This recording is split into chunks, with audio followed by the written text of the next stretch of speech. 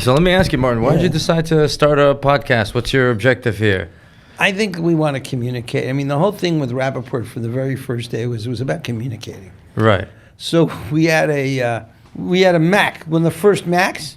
Right. And we were using PageMaker, and I was putting out a newsletter. So by the time these magazine people got it out 2 weeks later with the big presses, I was just dancing around. I was getting into the game. So you're a communicator. Yeah, not just that. I mean, you communicate prices. Right. And that's a very different thing than communicating what you think about the world, Right. what you feel about everything. Right. Because you got all this stuff happening, communicating. So communicating numbers can be pretty powerful. Right. Because those numbers incorporate everything that's happening. Right. So China's doing this, and Dubai is doing that, and the show in Hong Kong, and American retailers, and everyone wants Not a this good time and for that. diamonds? Is that what you're saying? No, I'm saying that there's so much stuff happening Right. that everything boils into the price. Right. It's weird. So a price is going to tell you stuff about everything everywhere. Unfortunately. Well, fortunately or unfortunately, but Yeah. maybe it is fortunately, because Right. if the price is low, buy the stuff. Right. All right, so let's start with an introduction, okay? This is Right. Max. Max is a cool dude. He hangs out with all kinds of rappers. And this is the Maxi baby. This is Max Sood here. Yes. And Max is... TraxNYC. TraxNYC. A.K. Maxi baby. I mean, look, he's a human being. But they built him into this thing now. He's a image, he's a influencer, whatever. We'll talk about that a little bit. Sure. But you're actually a person. You know? I am a human being. You are a correct. human being, right? I do have feelings, so that's like interesting. So I want to dig down into what's really going on with this diamond business. Okay, so I got Right. Max set over here. Right. You know, and we call him Max, and a very interesting guy. He comes from Azerbaijan, right? I was born in Baku, Azerbaijan. Baku, yeah. Azerbaijan, man. Okay, fine. So, and let's think about what's going on. So what I'm interested in is, what are you doing here? How'd you get into this business? What's going on with you? What's going on with you? Well, how do I get into Are you an influencer? Are you a jeweler? Are you both? I'm Are a you person neither? just trying to make their way in the world, trying Okay. to find their little square to stand on, Martin, just like you, Okay. I'd suppose, you know? Yeah. So, If I had the opportunity to do very little, that's probably what I would do. But since I have no support and I got to take care of myself and my family, I get out in the world and I got to find my piece of the pie. So you're a regular guy just popping up like a mushroom saying, I got to find my piece of the pie, and you bump into 1.7 billion views or something? It's 1.9 now. Well, okay, it's growing every day, all right? 1.9 billion Yeah. the B views, right? And see, you're doing all this stuff with social media and rappers, right? Right. And then, like, on the side, you're selling, I don't know, millions of dollars of jewelry every month, right? Well, initially I started, the sales are 3 to 3.4 per month, million, all right? But initially I started with no social media. I started just on eBay in 2004. I had $1,500 for my birthday, September 19th, 2004. I bought a digital camera, and I went down to Canal Street, and I photographed some jewelry for the first time in my life. I looked at my first diamonds, princess cuts, okay, in a setting on a men's ring. I photographed it. I put it up on eBay, and I was able to sell it. How much did you sell it for? I sold it for the same price I bought it, and I even lost money on the fees. I couldn't even believe that somebody could buy anything for $700. It was a $750 ring, and I sold it for $750 just to see if any of my dreams were even possible. And that was a big mistake because I didn't come from money. I didn't think in the terms of money. I didn't think people had money. I didn't think people were buying things for $750. It seemed like $1 million to me. But that was a big mistake because, as it turns out, in hindsight, there was an infinite market there, and I was the first one there. 2004, selling jewelry on the internet on eBay. It was wide open. I could have photographed so much enough jewelry to make $1 million in sales my first month. I could have been a millionaire instead of sitting in the corner of my bed thinking I'd never make it. I could have been a millionaire in a couple of months. So what happened? So you obviously have evolved, you know. So Yeah. you know, what happened? What was the click? So you took these pictures, right? Right. And you got on eBay, and people Yeah. liked the pictures, obviously. Right. And they ordered. They said, "I want to buy it." From Right. you. There was no sellers, and there was plenty of customers looking. eBay was new at the time. Mm-hmm. So people were looking for jewelry, but there was nobody putting it up. People were naive, and people are backwards in this business, backwards in their thinking all the time, as you might be well aware. And when I put up the pieces, I finally got the customers. But when I would go to the Canal Street, to the jewelry stores over there, and then later to the Diamond District, I'd say, hey, listen, I just want to photograph some jewelry and put it up on eBay. And they would look at me like I had 6 heads, right? They'd be like, jewelry on the internet? This kid's insane, they would think. And, and I had to struggle with their ignorance until I finally vanquished themselves. So you're selling. Yeah. And so the eBay sales just kept growing. Sales just kept growing. I didn't really have a big profit margin. I was a fool for that. I was just trying to build a brand, which I don't know why. Because, instead of a big sales volume, I had a low self-esteem, Martin. I had to build up my self-esteem to think that I could do it. I didn't think about charging anything for myself. I didn't think about this. I didn't think in business terms. It didn't come from a business background, okay? So that was an issue, and that cost me a lot of time and money. So when did you become a businessman?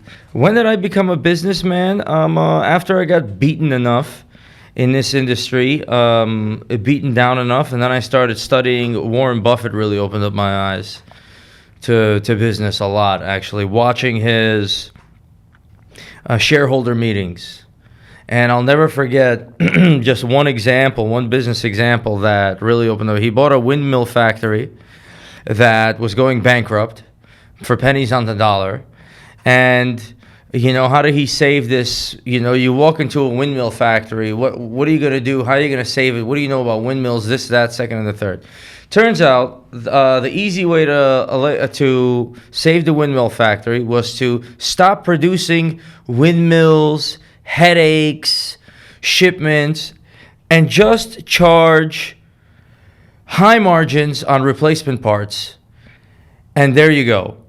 Instead of having replacement parts for a 10%, 20% markup, charge 300%. Stop producing the rest of it, and then all of a sudden, everybody who's at the windmill needs the replacement parts. Got to pay the price, which I'm sure is negligible to them, and saves the company for you. So then I realized, stop doing things that make your life difficult.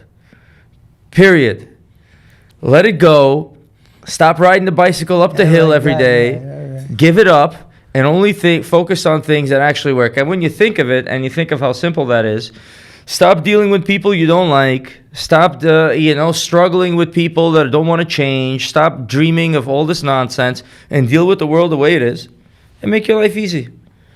So less is more. Less is more. Right is right. And that's that. And once I realized that, I took off all of the headache merchandise. I got rid of all the people struggling with them and the excuses. And I said, I started to be a little bit, sometimes you got to be a little bit more practical, more cold-hearted.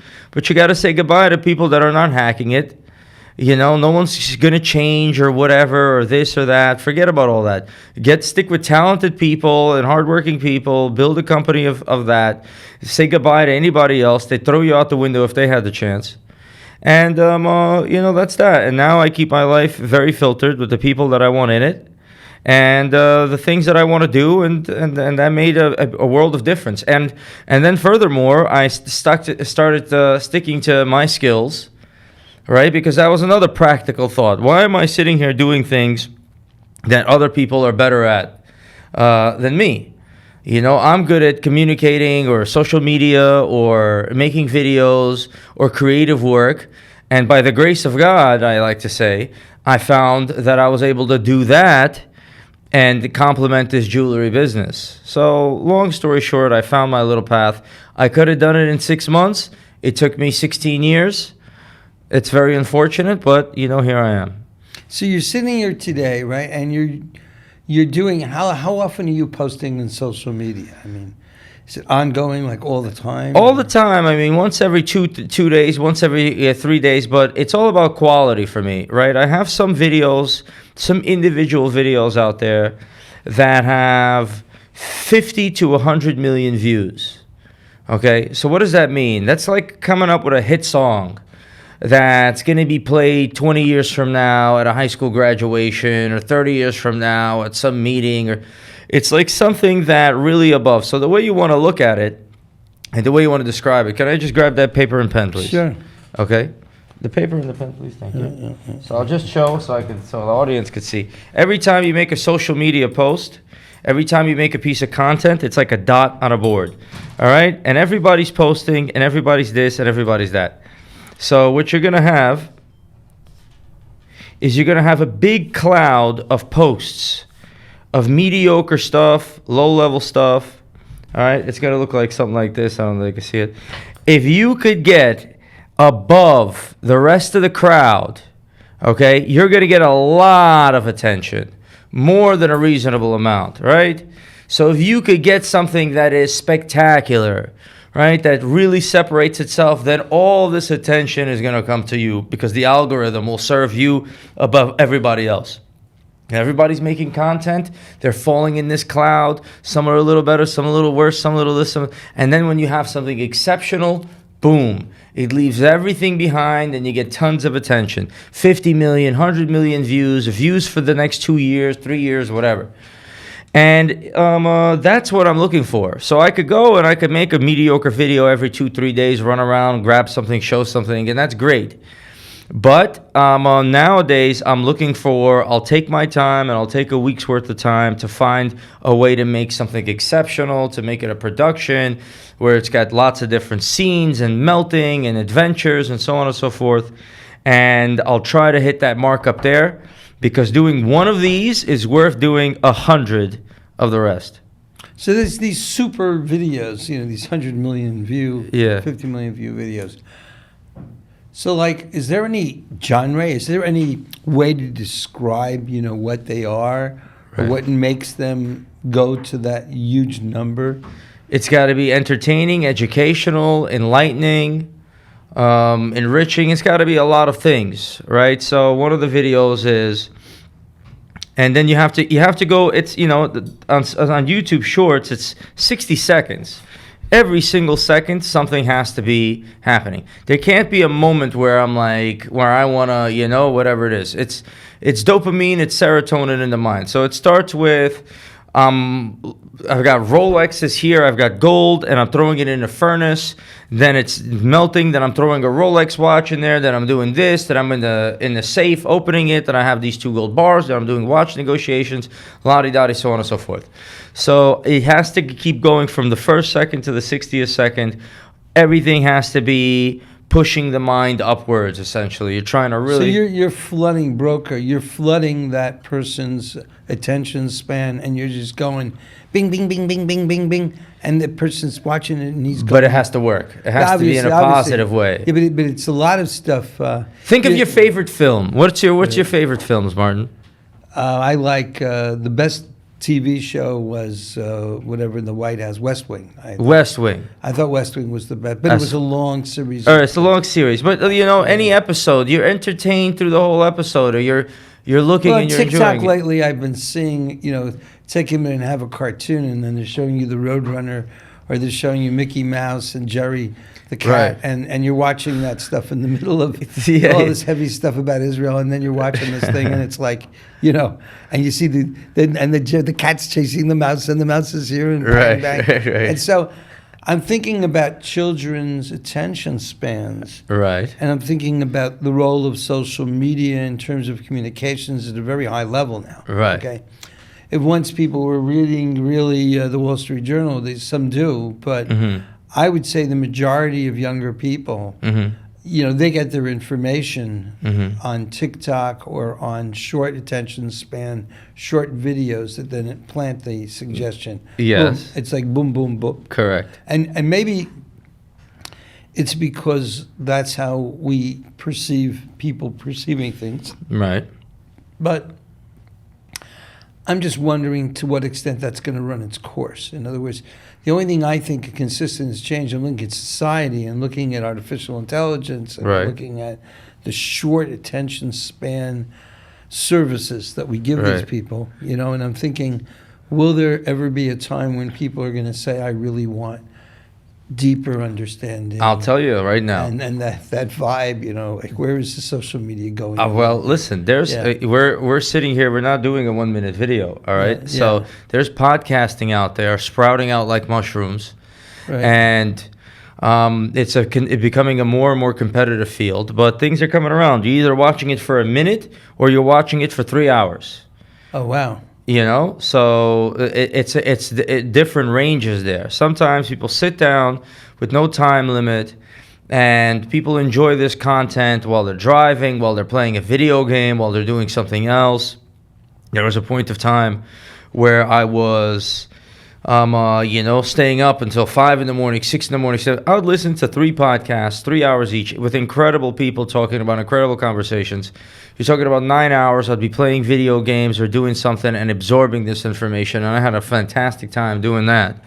So we've got an osmosis kind of a situation Yes. where we're multitasking and we're absorbing a certain level of social media. We're allowing that to penetrate our consciousness in some level. It's Yes. not the only thing we're doing. Right. And so we might be interested in a 3-hour podcast or in something that it's an interesting subject, because I'm trying to understand this thing. So social media is entertainment. Right.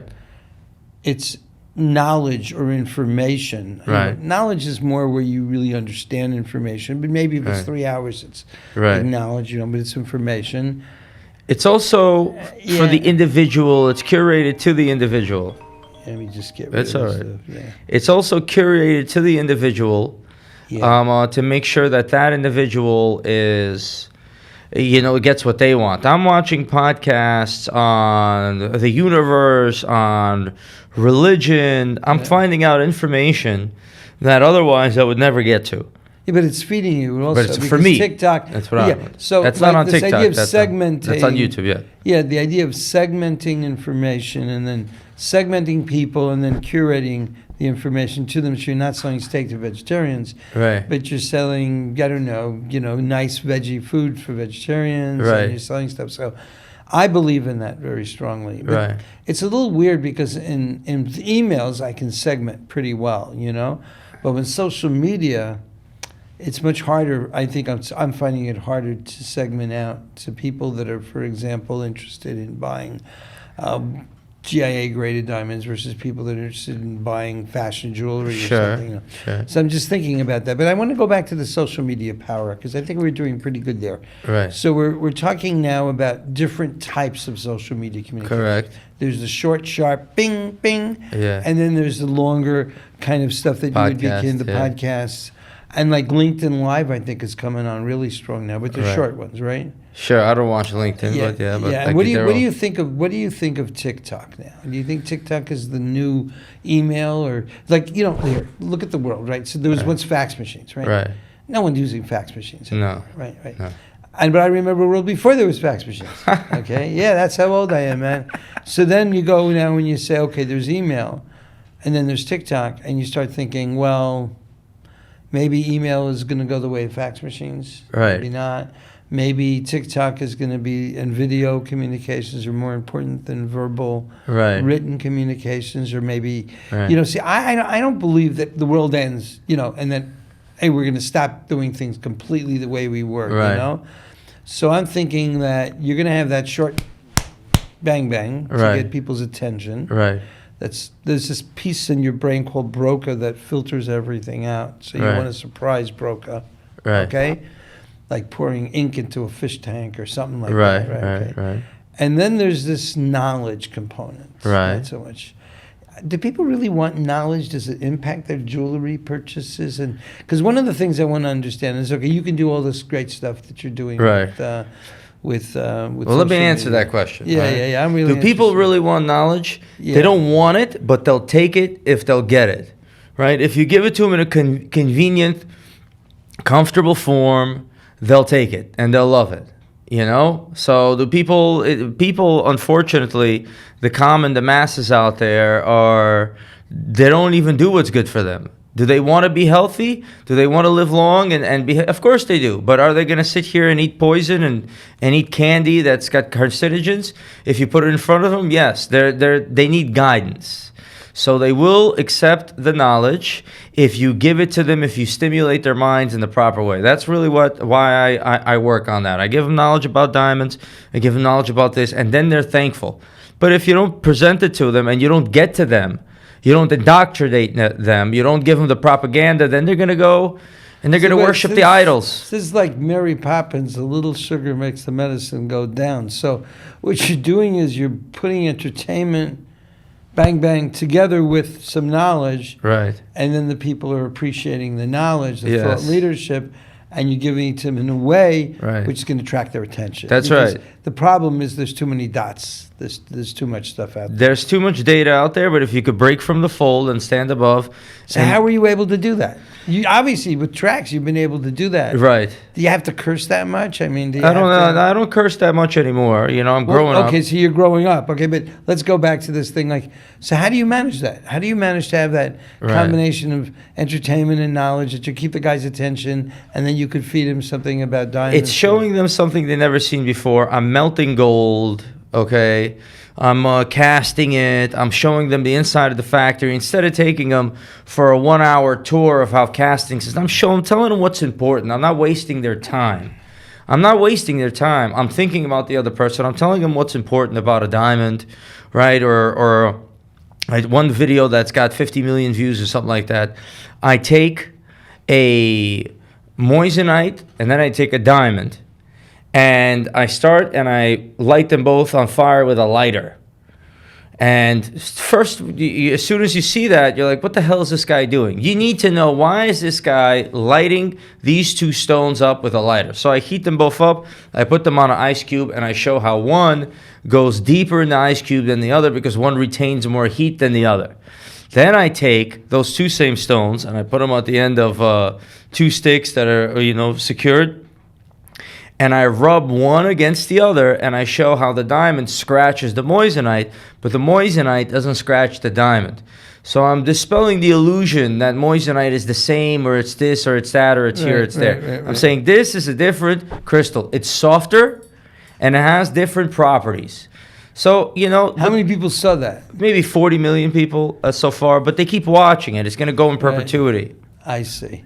So that's educational. And yeah. Moissanite diamond. Educational, And so are people but interested- entertaining. It's okay, entertaining. entertaining. So you think that people, what's going to happen with diamonds? What's going on now? What's happening with these? What's happening with diamonds? What's happening now? I mean, you're seeing the world out there. You're looking Right. at the world. All these, how many people like follow or whatever? How many people when you put something out? Right. Well, I got to answer that question by answering for myself. Let's say I have to make an engagement ring tomorrow. What am I going to do?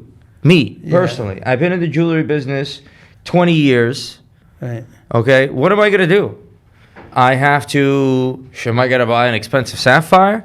Am I going to buy a natural diamond? Is it going to be pink? Is it going to be yellow? Is it going to be in platinum? What am I going to do? I know I'm not going to buy a lab diamond because I know the value is not there. It's just not there. It's nothing to do with what you say or anybody else says. I'm an independent thinker. But, you have to do something of value.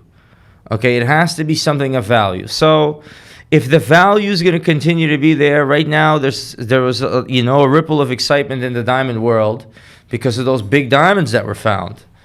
Okay, the marketing on the diamonds is just pathetic. And these groups of people that are involved, anybody outside of you, I curse at this point.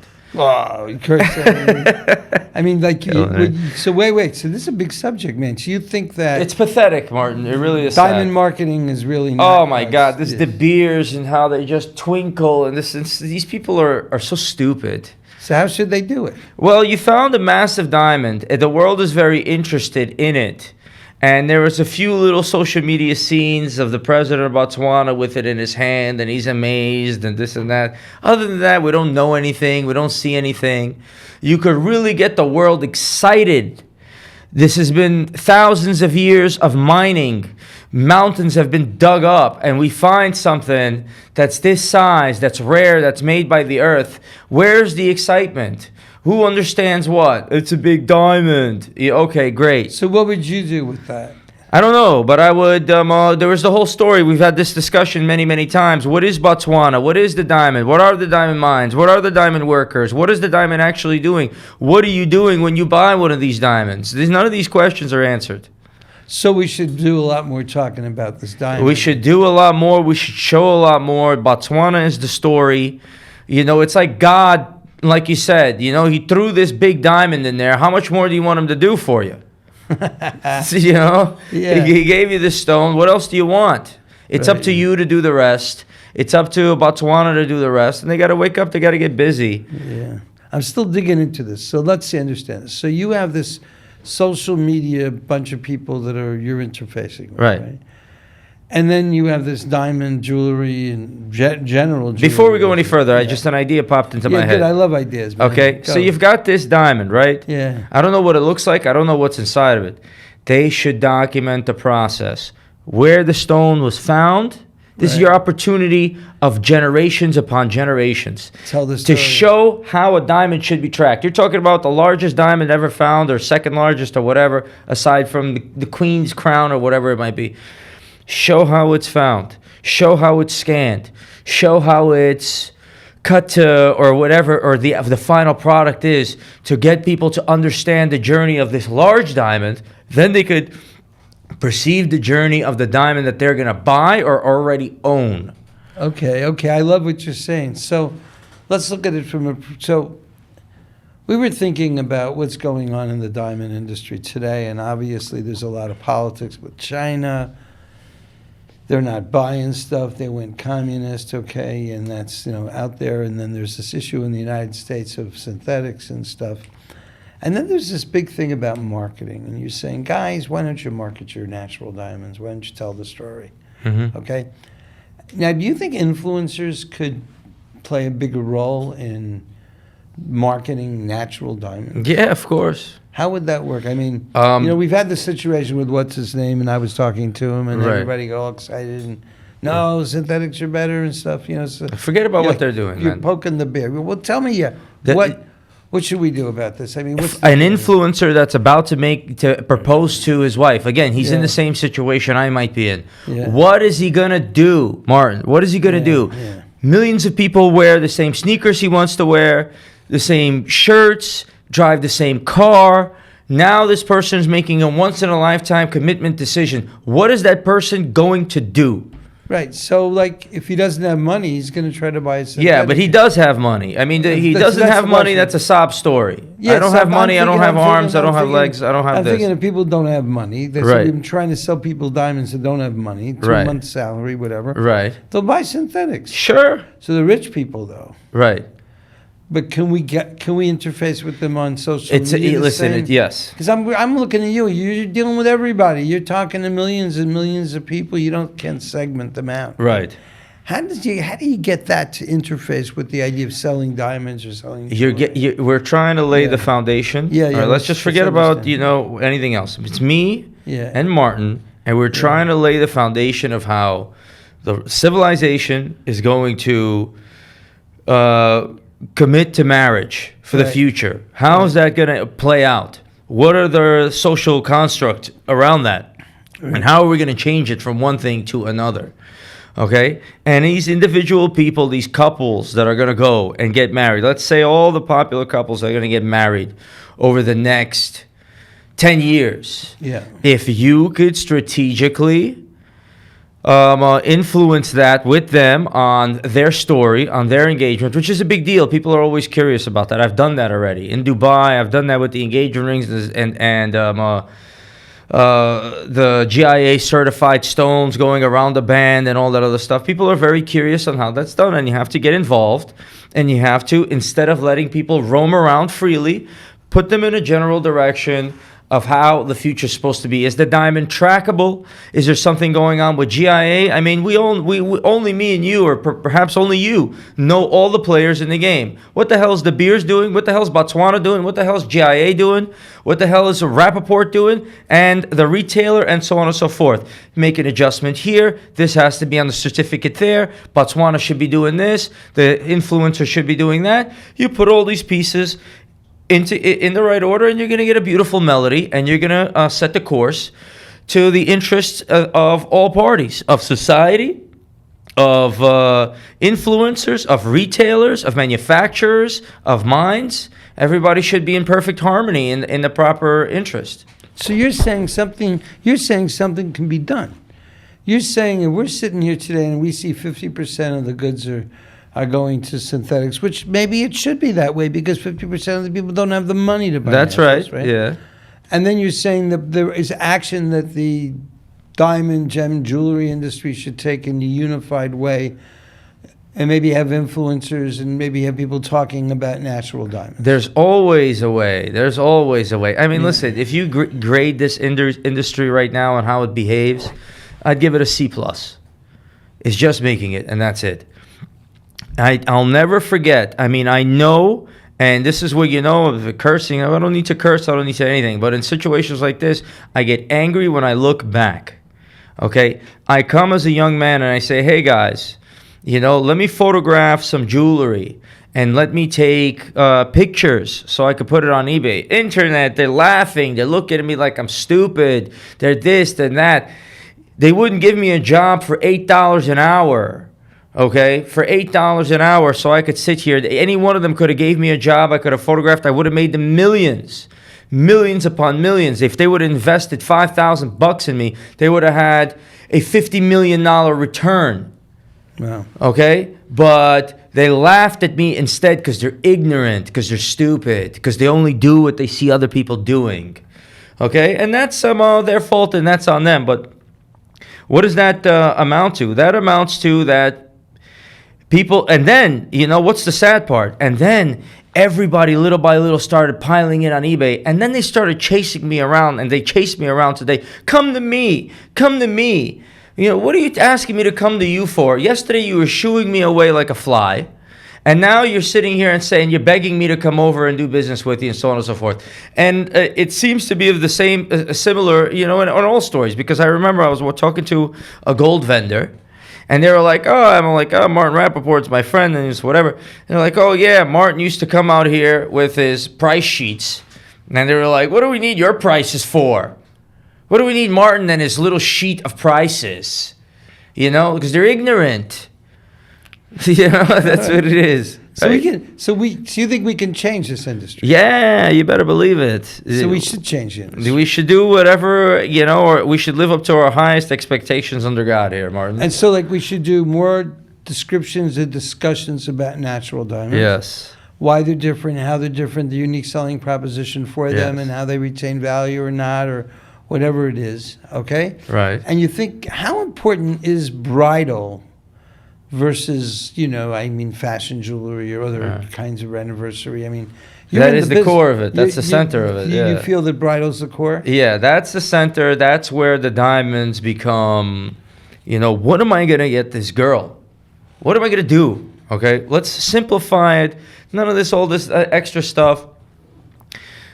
There's the origins of life. People have parents, a man and a woman get together to create the generation. If that doesn't happen, everything is gone. Everything we went for and did is meaningless. So what is a individual man going to do in that courtship, right? You have to go and show this commitment. You have to go and buy something and, So you think that we have to position the diamond as the ultimate thing again because, are synthetics really a threat? Will they go away? Or what's your thoughts on synthetics? They're going to stick around. And right now I'm about to do a crazy video. Okay, so I'm planning a video. What am I going to do? I'm taking all of my jewelry that's not selling.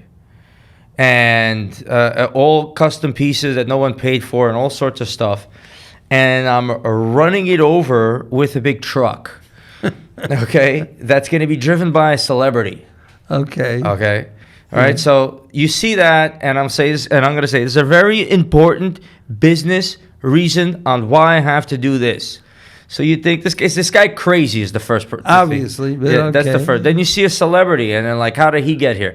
While you're even thinking, what the hell's he doing driving it over? Then I'm melting out all of the gold. Right. I'm telling you the gold price is at an all-time high. Right. I'm taking the gold, I'm cashing it in, and I'm buying tennis necklace castings. There you go. Okay, vast amounts, and I'm gonna say one of the best jewelry items. The tennis bracelets. It's a tennis bracelets and necklaces, but you could do natural, you could do lab, and then I have another celebrity influencer, Right. and I'm gonna go to her, and I'm gonna give her both. Okay, I'm gonna give her both, Sure.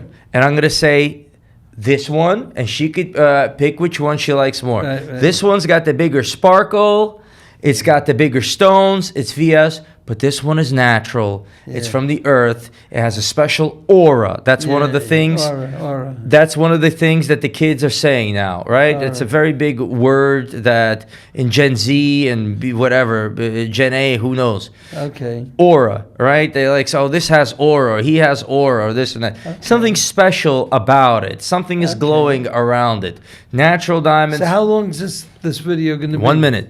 Everything in 1 minute. Everything in 1 minute. I Not love wasting this. anybody's. You got to do 1 minute, right? Yeah, you that's got it. 1 minute. No one wants to hear you. Knock it out. Show them everything. You know what the secret is with the 1 minute? What's the secret? They watch it twice. It all happens so fast that they watch it a second time. It's really 2 minutes because it's so action packed. Oh, You wow. enjoy it. All of your favorite movies, The Godfather. So what does it cost to make something like that?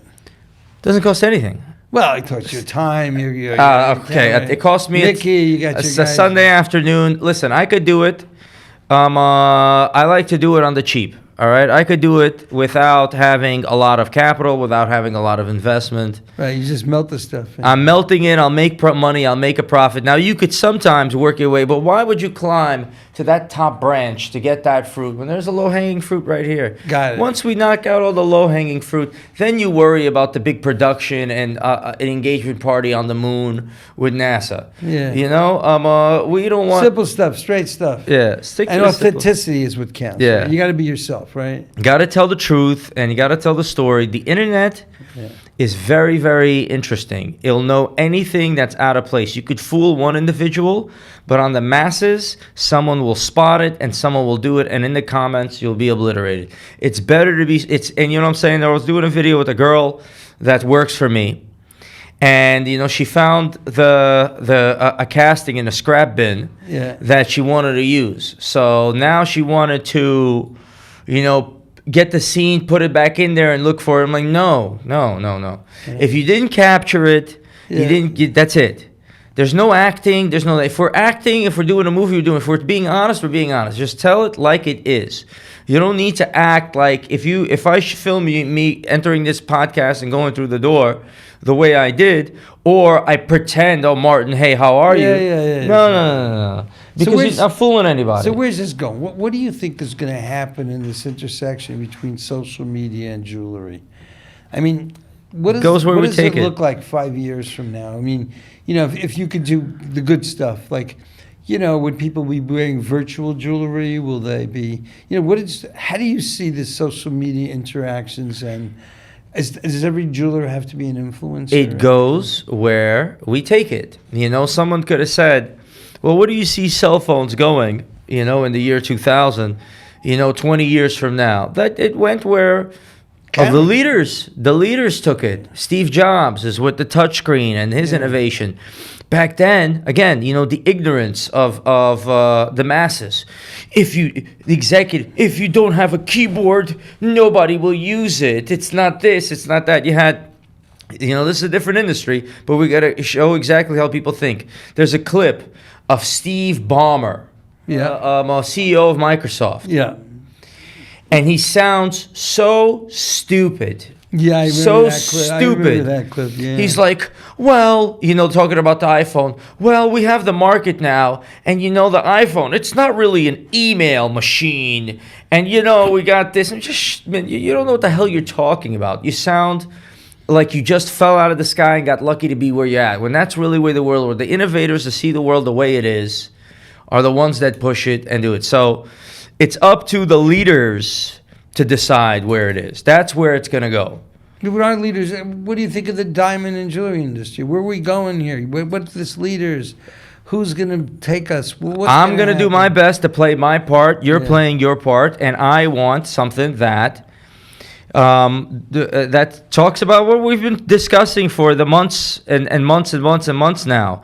It starts in the ground with the miners, with the governments, with the lives of the people surrounding it, right? The diamonds are coming out of the ground, and they're supposed to feed the communities that have it under their feet. Yeah, yeah. Okay, we're transferring wealth. What's the purpose of this jewelry? It's to transfer wealth from people who have money to burn to people who have nothing but dirt under their feet. So that's really the story. That's the purpose of this cosmic system here with these diamonds, as you've purported to me. Yeah. And to play a role in that in that arrangement and collect your fair share is absolutely fair. Whether you're a miner, a polisher, a setter, or so on and so forth. And it has to be a comfortable business arrangements for all involved, as you've spent a portion of your life doing, with traceability, with sourcing. So that's where it's supposed to go. And the public is supposed to have that same mentality. It's not supposed to be, ooh, I bought a diamond and I'm ballroom dancing, how special I am, and all this and all that. Companies, Cartier and so on and so forth, and Tiffany & Co. are just like Steve Ballmer. Dead dumb. They think they make a little video of a leopard jumping through Paris with some actress and they've accomplished something. No. The only reason why they have something is because the founders of the company that are long dead established a system, and they're so lucky. They're lucky to be a part of it with their fluffy ideas that really on their own would go nowhere. All right? So that being the case, you got to influence this society and this civilization in a way that is towards good. What else are you going to do? Okay? And that means that you're going to buy something expensive. You're a great doctor. You're an incredible lawyer. You've accomplished something with your life. You're an actor or an actress or whatever. And you've made money. You're making a commitment. You're starting the next generation of life. You're going through this cycle. You have to part with your wealth to show your status in society.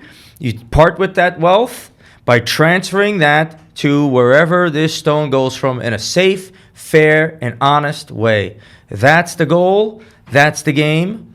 And, who could critique it? Yeah, that's what we say. We say that there's a reason God gave diamonds to the poorest people in the world and made the richest desire them. And bridging that gap is tikkun olam. Bridging that gap is fixing the world. And, I think that's something that is true for diamonds, gems, jewelry, and stuff like that. Right. And I think that the future is going to push people into that direction because they'll get that feeling.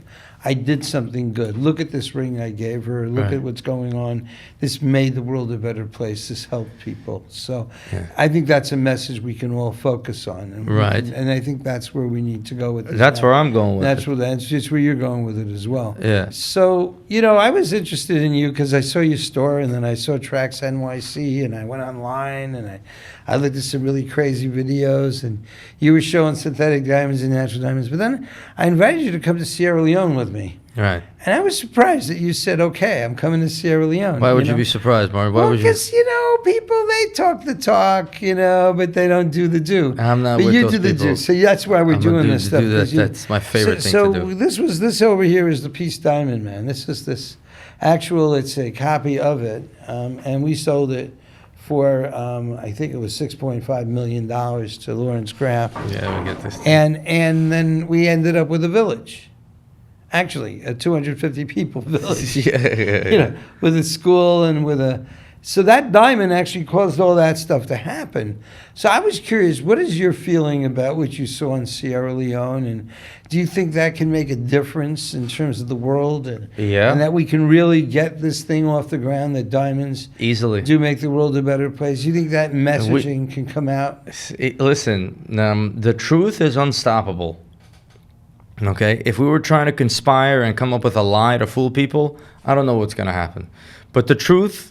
there's no way around it. It has its own force. So, I told that story. I like to tell that story, but we need a bigger push and a bigger effort because there's some sad things going on, in regards to this stuff, and the public, the forces to be, that are not playing along, whether it's Botswana or whoever else. It's just very sad because me and you trying to pull this cart is not enough.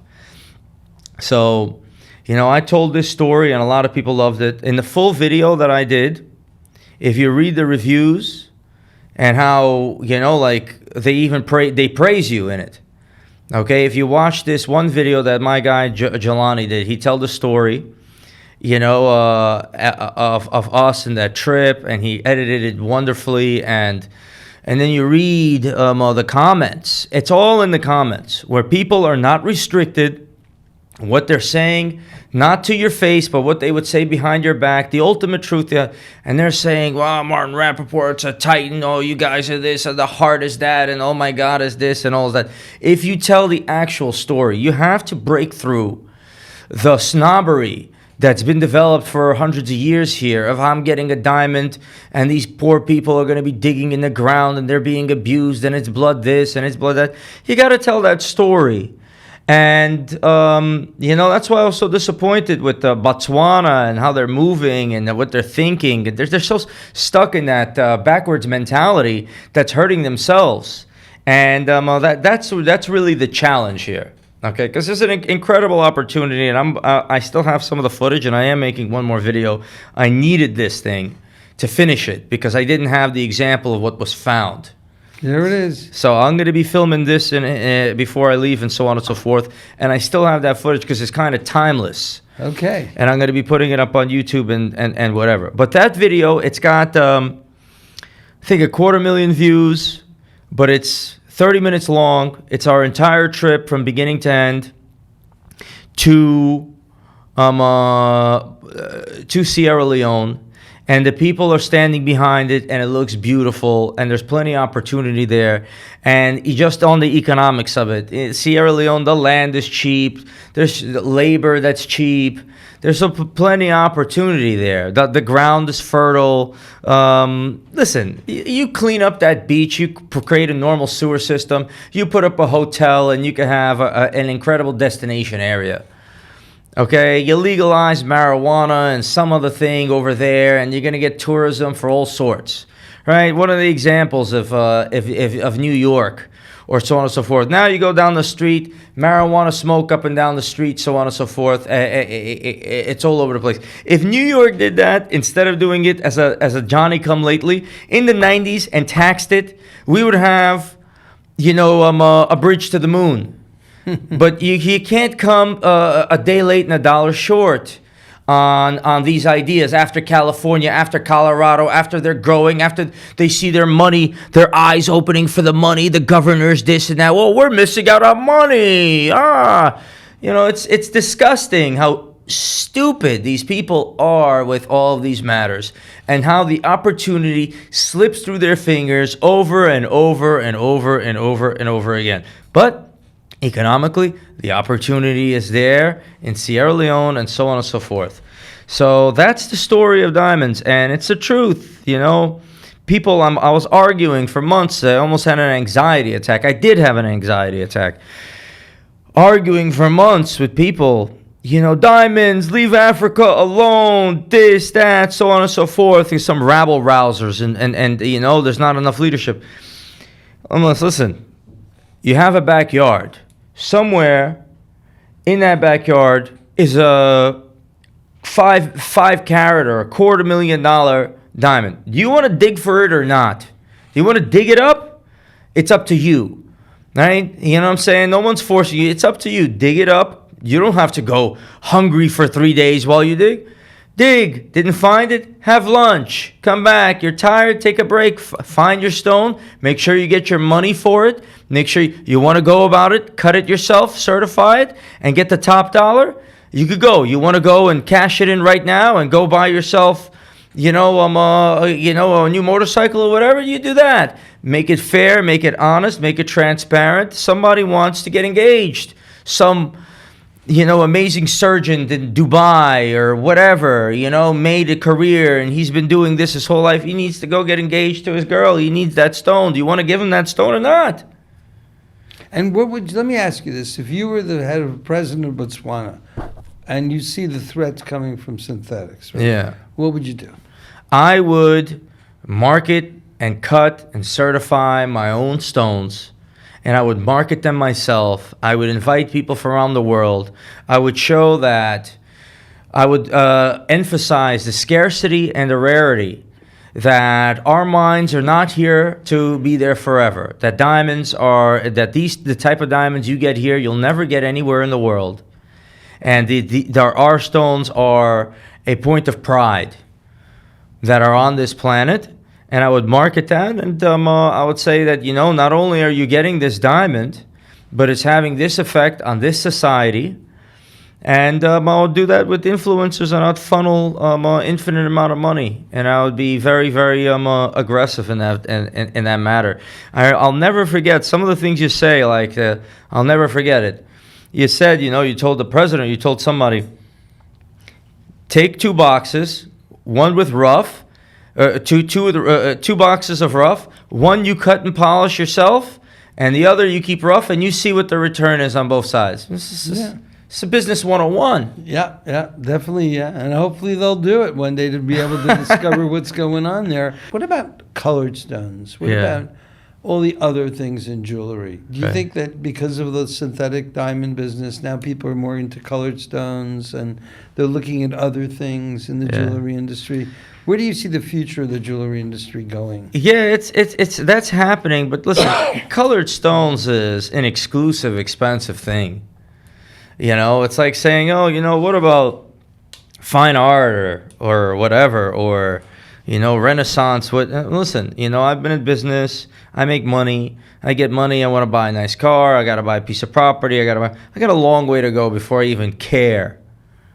Before I even think about or care about, a faint pink or a brownish purplish, 1 carat. This is far above. This is when people have been rich for a long, long time.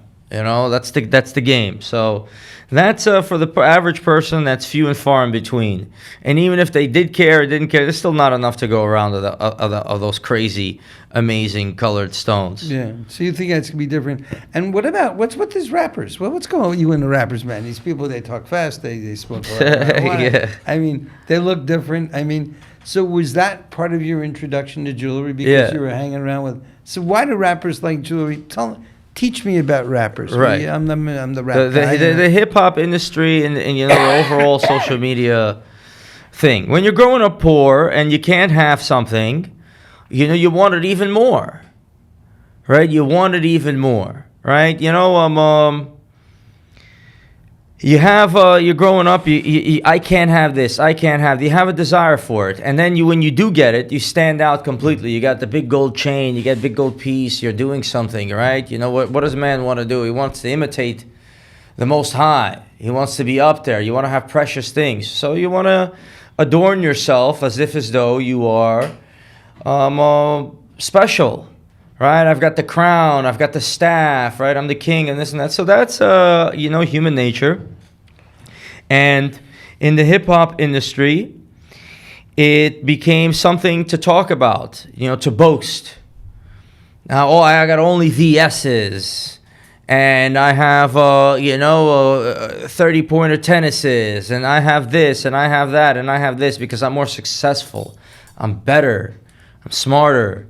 Right, so that was something that I grew up listening to. It had an incredibly positive impact on the jewelry industry because now this stuff is, rap is turning 50 years old. Not Rapaport, but the music industry this has been around since the late 1970s or something like that. And now this is not some new thing. Okay, there's people that have been listening to it, and there's hip-hop icons that are now going in their senior years. Okay, and there's now a history of jewelry. There was a exhibit that the New York Times invited me to that they had for rap jewelry history of when they started with their Jesus pieces, the old, rope chains, and the old jewelry and how it progressed, and the rappers that had it. Unfortunately, a lot of it gets melted down. A lot of it gets lost. That's going to be, but it's going to be museum pieces that are going to go on. So that whole industry influenced me, and I came here in 1993 as a kid from Azerbaijan. What kind of a community am I going to fall into? Now I went and I moved into a Jewish community that used to be a American Jewish, maybe from the war or what have you.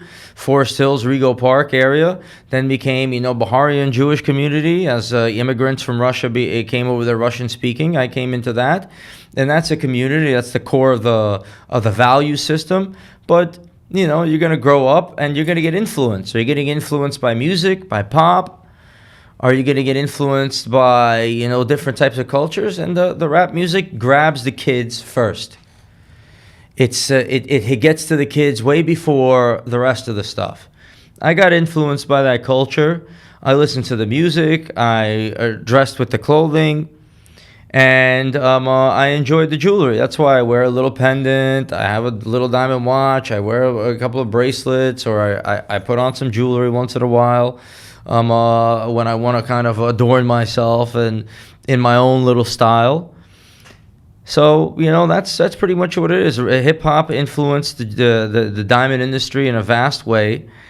It brought jewelry to men, the earrings, this and that, and it gave me a livelihood. You think it's going to continue? You think this rap jewelry relationship between rappers and jewelry is going to continue? You better believe it. It's yeah? It's getting more and more interesting. It's evolving. The styles are evolving completely. It's becoming more and more interesting, and it's got a big potential. Hip hop music isn't going anywhere.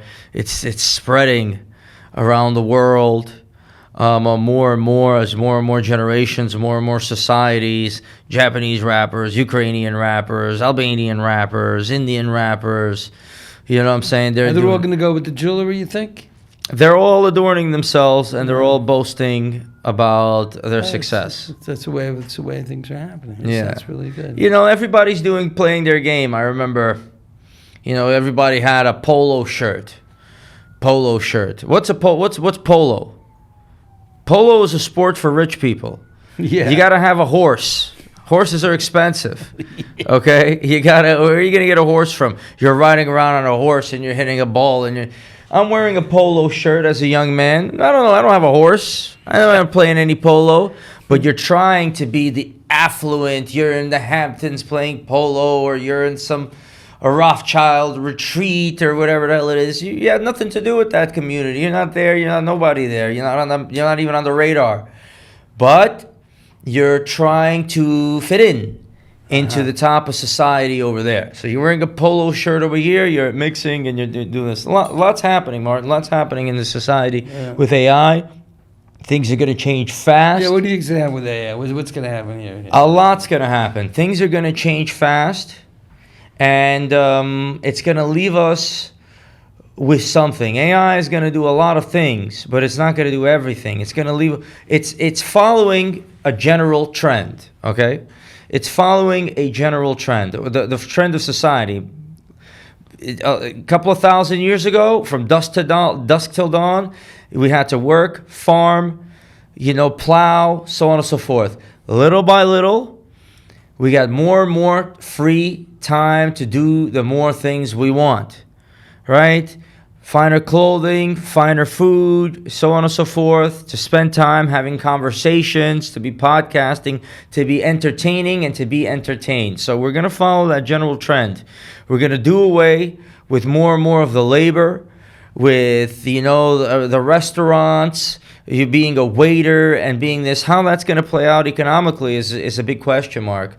But generally, we as a civilization are going to go to do the things that we actually want to do.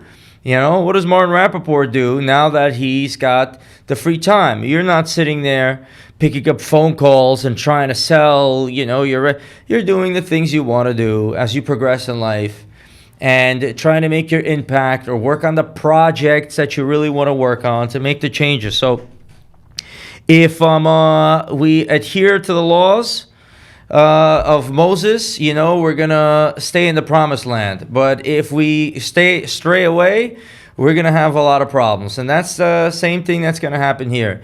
If human civilization does what's right, we're gonna have a fantastic time living in the land of milk and honey. Under our own fig tree and so on and so forth. But if we're gonna keep making trouble, and this technology is gonna come along, we're gonna sit here and we're gonna cry by the rivers of Babylon. There he goes. So let me tell you, are you Jewish or what? What's your story? I was born. What are you, man? What's your deal here? I was born under the God of Abraham, Isaac, and Jacob. That's how I got introduced to God. All righty. Through my mother. Okay. And that's it worked for me so far. So your mother's Jewish and your dad's a Muslim. My dad's Muslim, but I didn't know my dad was Muslim until I was 15 years old, to be honest. No one told. My dad didn't speak a lot. He didn't. He was a tough guy. He was a serious guy. He didn't sit here and say much. And he wasn't very religious. He had his own spiritual way of worshiping God, ultimately. Right. Just do the right thing. That's kind of what he was doing. And under communism, so on and so forth. But my mother introduced me to the biblical stories of Adam and Eve and the patriarchs and so on and so forth. And that's what I learned. And then I studied further of King David and so on and so forth. And then I learned of the true heritage of the Jewish people and from a historical side of things. And then back to the spiritual side, and I studied these matters for a very long time, trying to keep a keen eye. And I understand that the Jewish heritage is a precious heritage, and the promise to Abraham and to David is an important promise.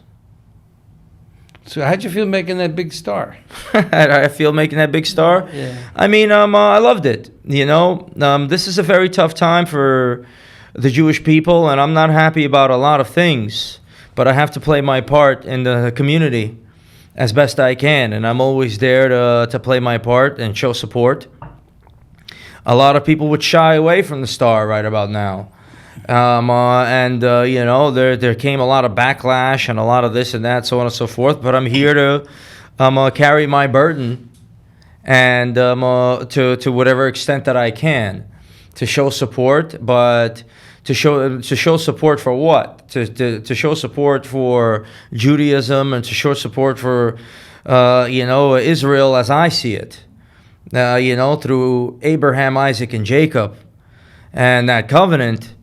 And that doesn't necessarily mean what's going on today, and it doesn't necessarily mean the politics and nuclear deterrence or whatever it is. This is all big trouble. But ultimately, that's for people to decide, and I just want to do my part. What does it come down to? I mean, I know, my soul will be judged, and that's not a question. Yeah. And what do you think about this world of communications today? You know how the world of communications has changed. Once upon a time people talked to each other more, and now they text more, or all the video communications that we're seeing. How do you think you've seen the world change a lot in your life, the last 20 years? You know? I've seen even more. Right. But where is this going? Do you think that question that social media will be the way that people are going to absorb information in the next few years, and that's how it's going to be working? Or it came back to the beginning. Everything goes in a circle. Okay, Joe Rogan is very important. Since you're starting podcasting and you're doing this, and you have an important voice. Listen, Martin, if you had a recorder for all of your important conversations, all of your things, you'd be able to, blow social media out of the water. But you spent a lot of time talking throughout your life, but talking to one individual at a time instead of talking to 10 million at a time. So that you could have had a bigger impact, much bigger, and had a different public perception. But what happened with so what's the lesson here? Joe Rogan, for 5-6 years, kept talking, doing his podcast. Nobody was listening. And then eventually, somehow, it caught on. And now he's got the biggest, and he's got a voice that can reach hundreds of millions of people.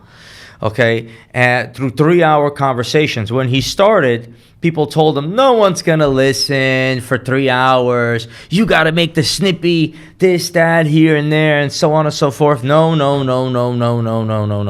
We're coming back to the beginning. We're coming back to two people sitting down, having a conversation, two intellectual minds of whatever different roots interacting. That's what we find curious and entertaining. Martin Rapaport sits down with... Maksud. Forget about Maksud. Martin Rapaport sits down with this rapper. Or this guy sits with here. And we're seeing how different people, different ingredients interact. And we find that conversation extremely entertaining. Especially when it's in the background and it just enriches. We're driving or we're doing something of that nature. So where's the future going? It's going to the past. It's going to where we started before there was ever even a recorder or ever even a microphone. To lectures, to sitting, to talking, to sitting around a campfire and telling stories. That's what podcasting is. Some podcasters are just them on a microphone. And there's a guy, Dan Carlin, he's telling stories of history.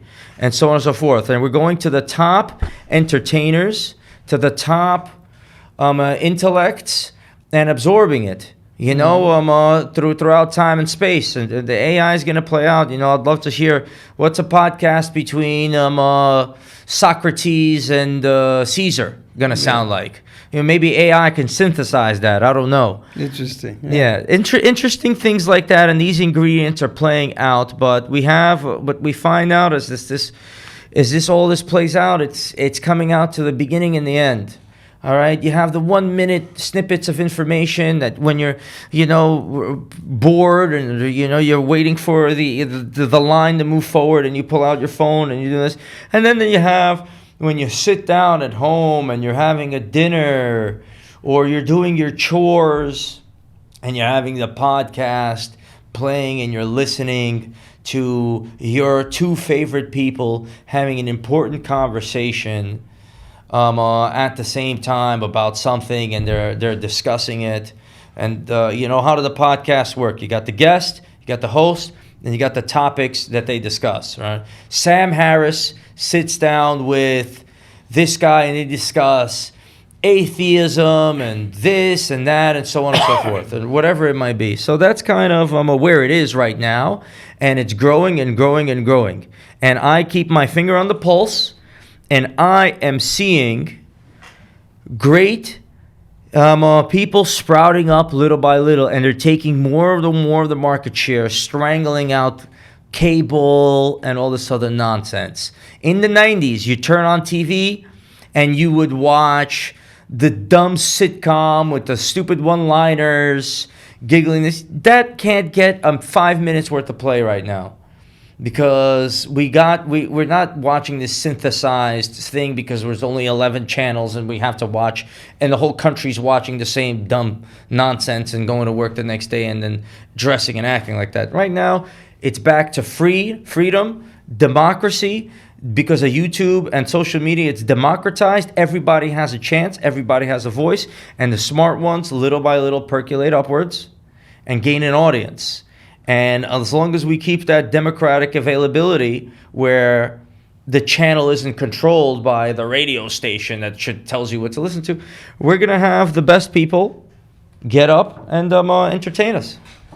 It's amazing. I really like that description of what's happening here, and about the optimal way to use social media into the future is it's bottom up without any of the controls of communications. I keep thinking of like Leave It to Beaver, which was a situation comedy that taught a lot of immigrants.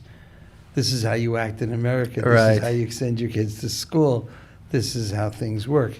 So there was that unifying concept that's changed now. And I'm not putting good or bad on anything. Right. I'm just observing how the world is working. Right, but just one last point on that. Yeah, sure, yeah. The mainstream media, right now you hear a lot about fake news. The mainstream media, it's nonsense. The narratives. And people are breaking away from this world of narratives. This is the way it's supposed to be, and this is the way it's been. And they're going to the individual voices and what works. And that's sometimes could be chaotic because people will believe one thing or believe another or go here and there. But for me, that's a better world to discuss what's healthy or what needs to be done or what should be done. Way better with these intellectual minds. Jordan Peterson, Joe Rogan, this could be a Sam Harris, it could be a religious guy, it could be an atheist, it could be you, it could be this, it could be that. You combine these voices, the top minds, and you get a picture of the world without some executive with ulterior motives filtering it all for you to make you feel one way or another about something. Even on the topic and discussion of Israel, right? You have the media narratives and all this other stuff, and then the college narratives of the crazy kids and these dumbbells that are out there lost in them.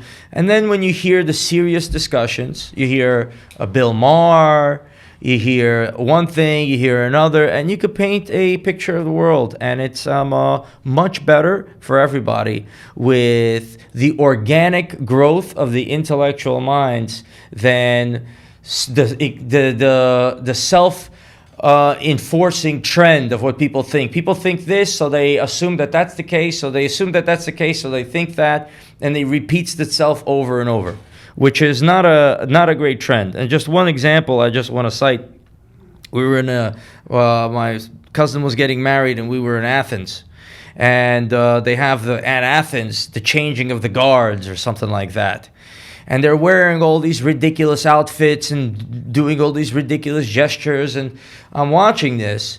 And, to my parents that are indoctrinated in this, or to my mother indoctrinated, this is the tradition. But to me, somebody made it up, forced somebody to do it. Then somebody came, saw that that's what it was being done, copied it, and now it becomes the thing to do. When it was made up by some jerk most of the time.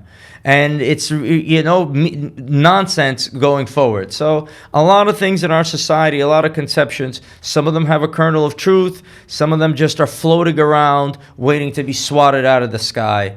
And that's why I'm hopeful for the future, because who's going to carry it forward?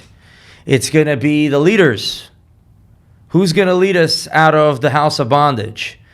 Moses, right? Somebody who's a leader, somebody who's chosen, and the best voices and the best people, and they have a chance to be heard when they could develop their own audiences. So that's a big. I mean, the idea that there's a tremendous democratization of information gives us the story, and then the question is how that can be transformed into knowledge and wisdom.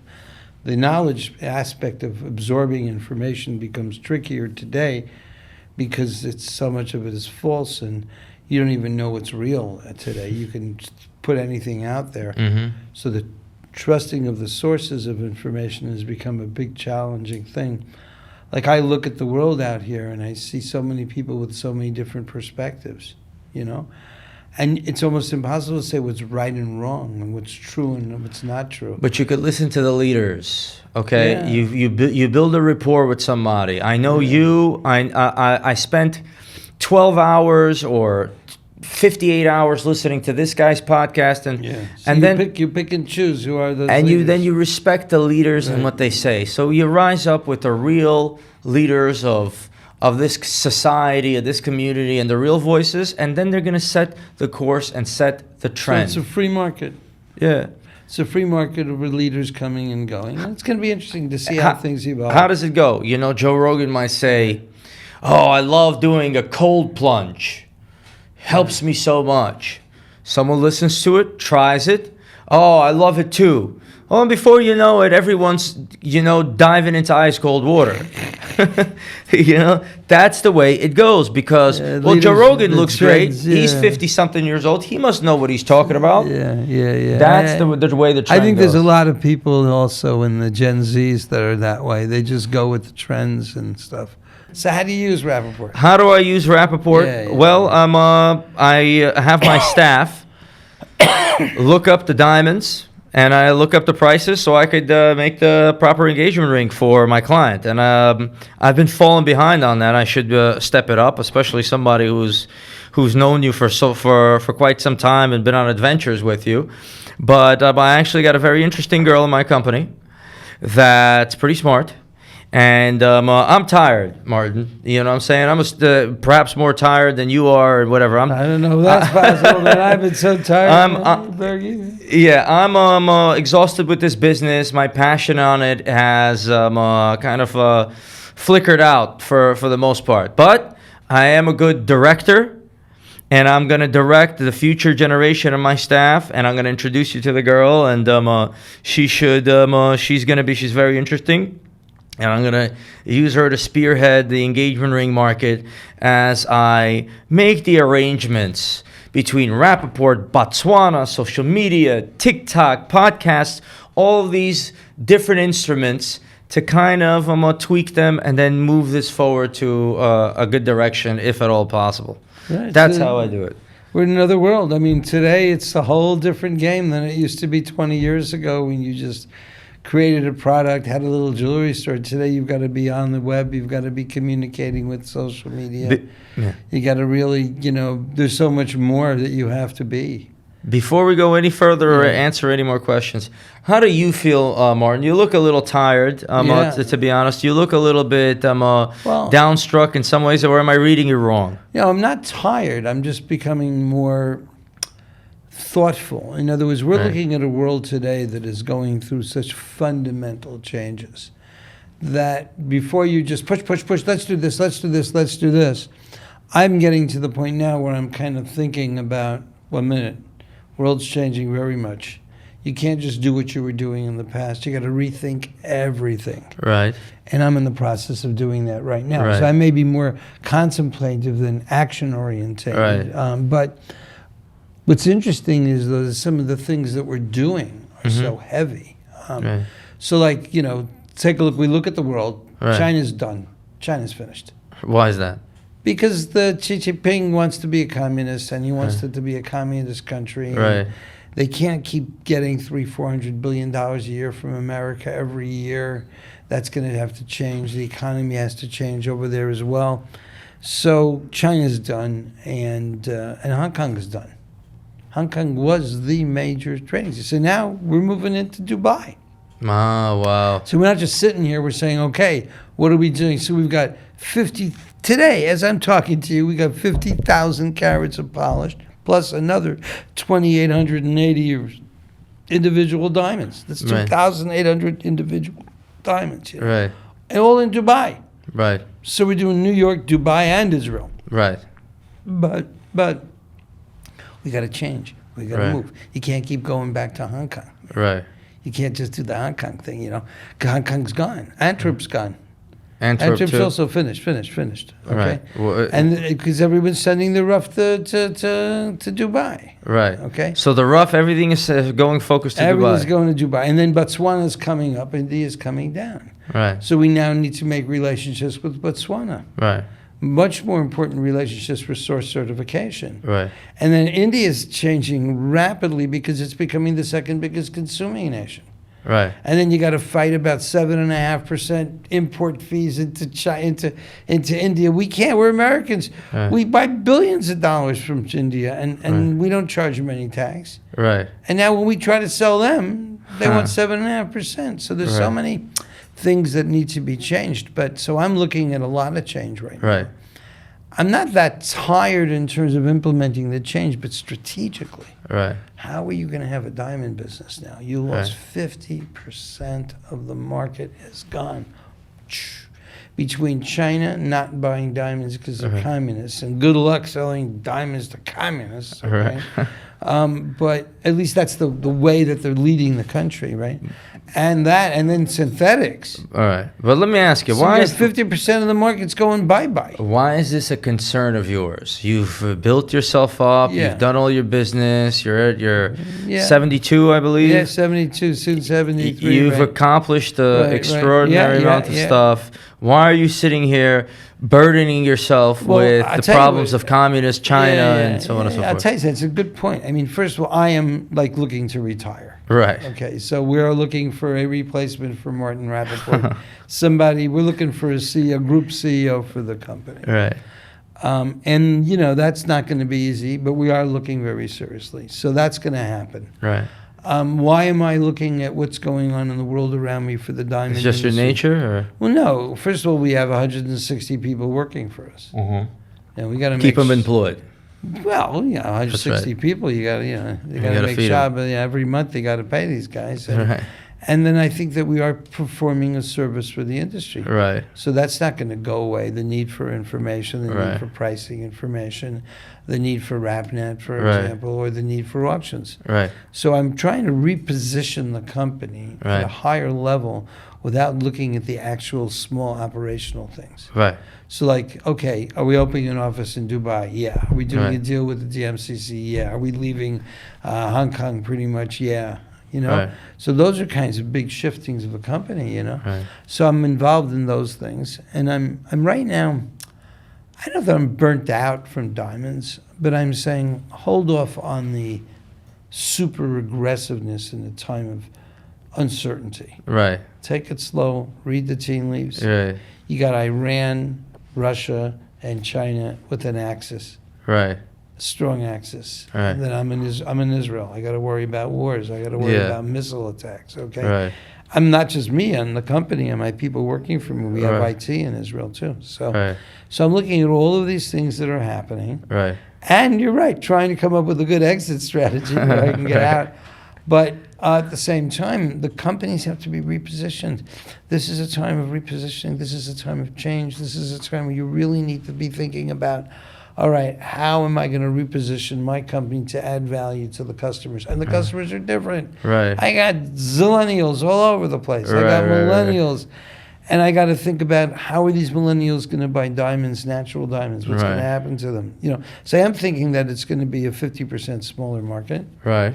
but a better market. Right. Because I think that we have to sell real diamonds, Right. natural diamonds, to Right. real people. Right. And I say real people, I mean people who are serious, Mm-hmm. that have real money. Right.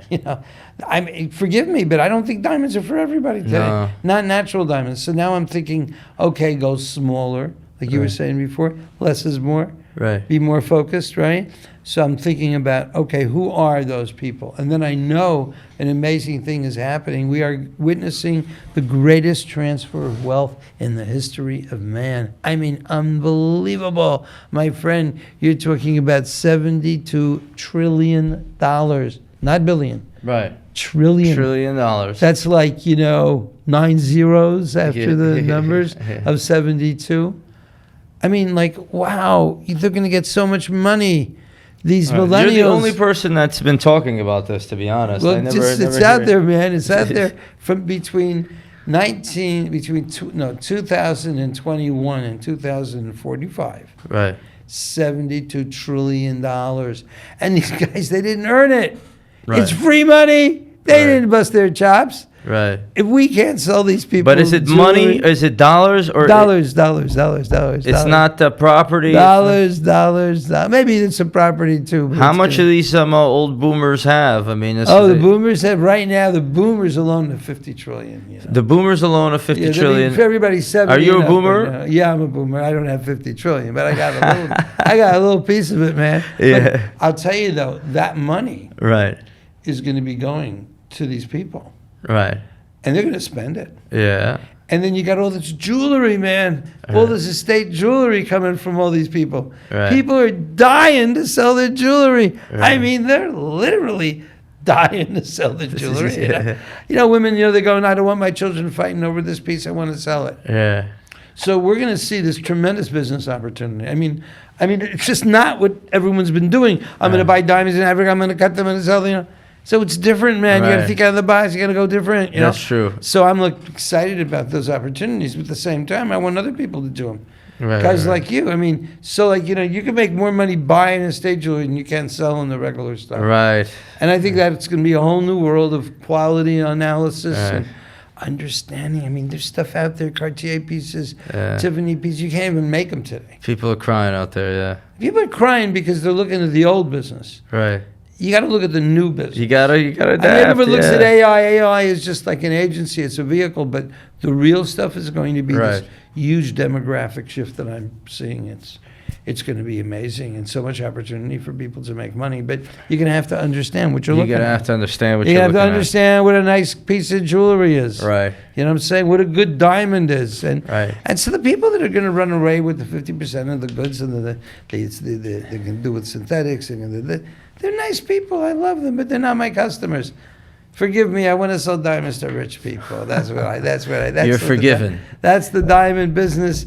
And there's aspirational demand. Uh-huh. And maybe these guys buying this, the synthetics, maybe they're going to get, oh wow, now I want the real thing. Right. And it'll probably happen too. I'm not against synthetics. Right. I just think there's a problem when people sell them instead of natural diamonds, and the buyer thinks that it's going to hold price like natural diamonds. So my big thing is that we should just have more disclosure and tell people what's going on, more transparency, that these synthetic diamonds don't hold value like natural diamonds, that's all. And if you want to buy them, they can buy them. They can buy CZ, they can go to Pandora, they can go to, I think, though, that in the real diamond people need to be more proud of our products. Mm-hmm. We have to be more up to diamonds. Right. Like we're selling something expensive here. We're like the Four Seasons. We're like the Top Hilton Hotel. Right. If you want to stay at Motel 6, we love you. It's great. It's over there. Have a good time. You want to drive a Rolls Royce or a Lamb? You want to drive a Toyota? You go have a Toyota, man. But you want to do the Lamb? That's the way the world works. You got to sing a different song here. Right. So I'm in the bad Lamb business. Right. I'm not going to be. Nothing wrong with that, Martin. Nothing wrong with that. You got to sell. And it's okay. I don't feel bad.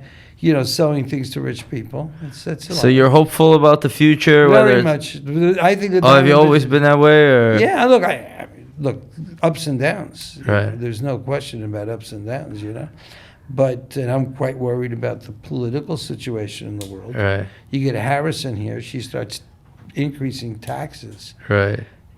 You get the stock market coming down, you're going to see your wealth effect go away, and there goes diamond buyers. Right. That people have money, they put the money in the stock market. Right. And when the stock market goes up, what do? Nothing.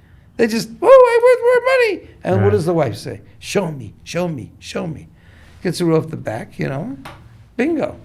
Buys her something nice, piece of jewelry. There you go. It's very smart to buy jewelry. For the wife, right? Oh, yeah. It's a great thing to do. You've done that often? Not often enough. I guess there's the wife. She's hanging out over there, Not often enough, but, it calms things a little,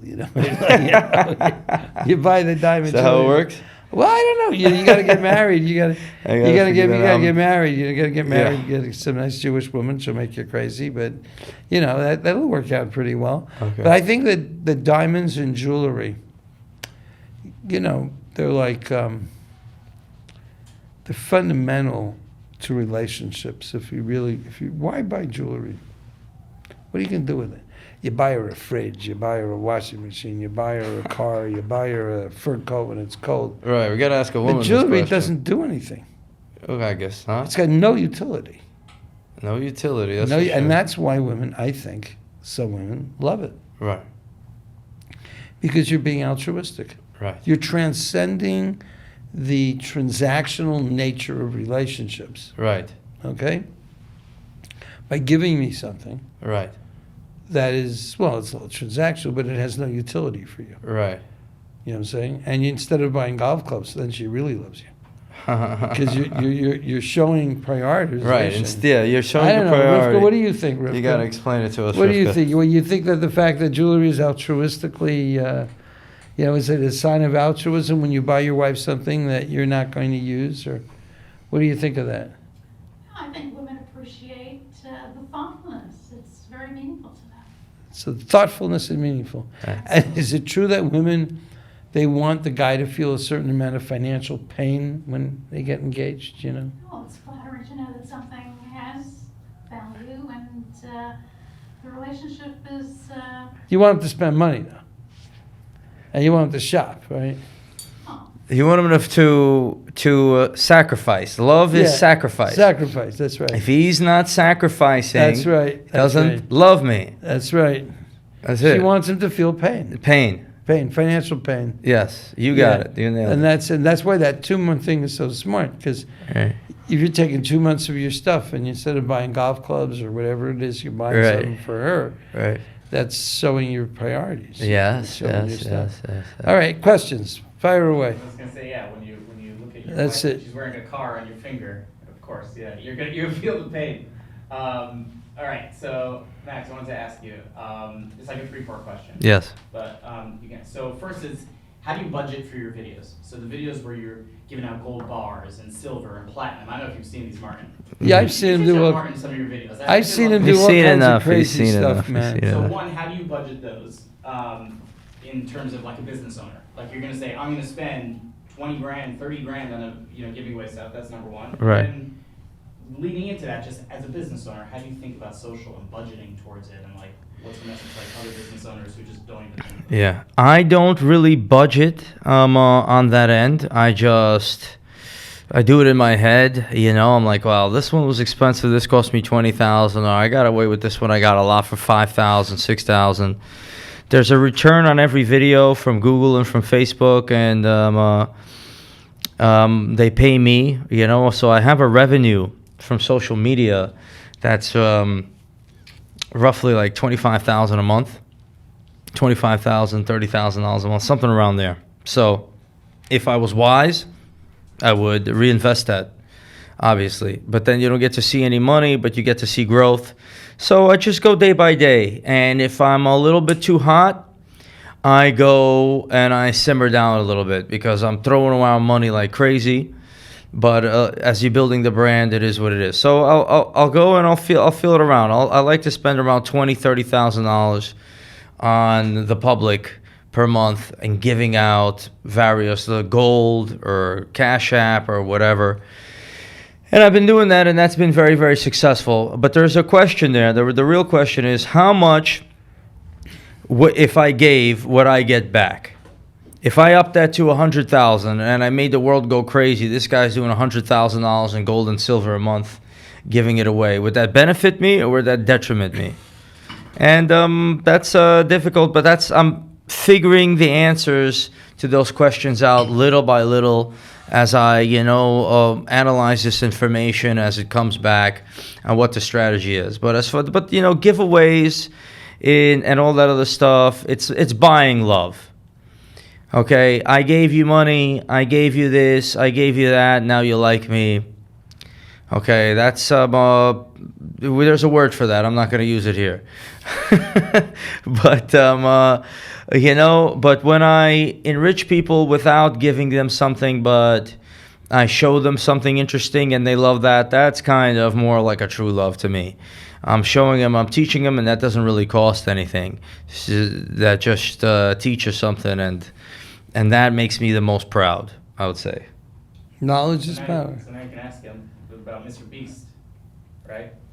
Ask who? Yeah, what about Mr. Beast? So you did a collab with Mr. Beast, who's Yeah. living is giving stuff away. Yes. So ask him, how'd you meet Mr. Beast? How'd you get involved? Oh yeah, so what's the beastly deal? Yeah, what's the beastly deal? What's going on with the beast there? Yeah, I mean, listen, he bought some gold from us.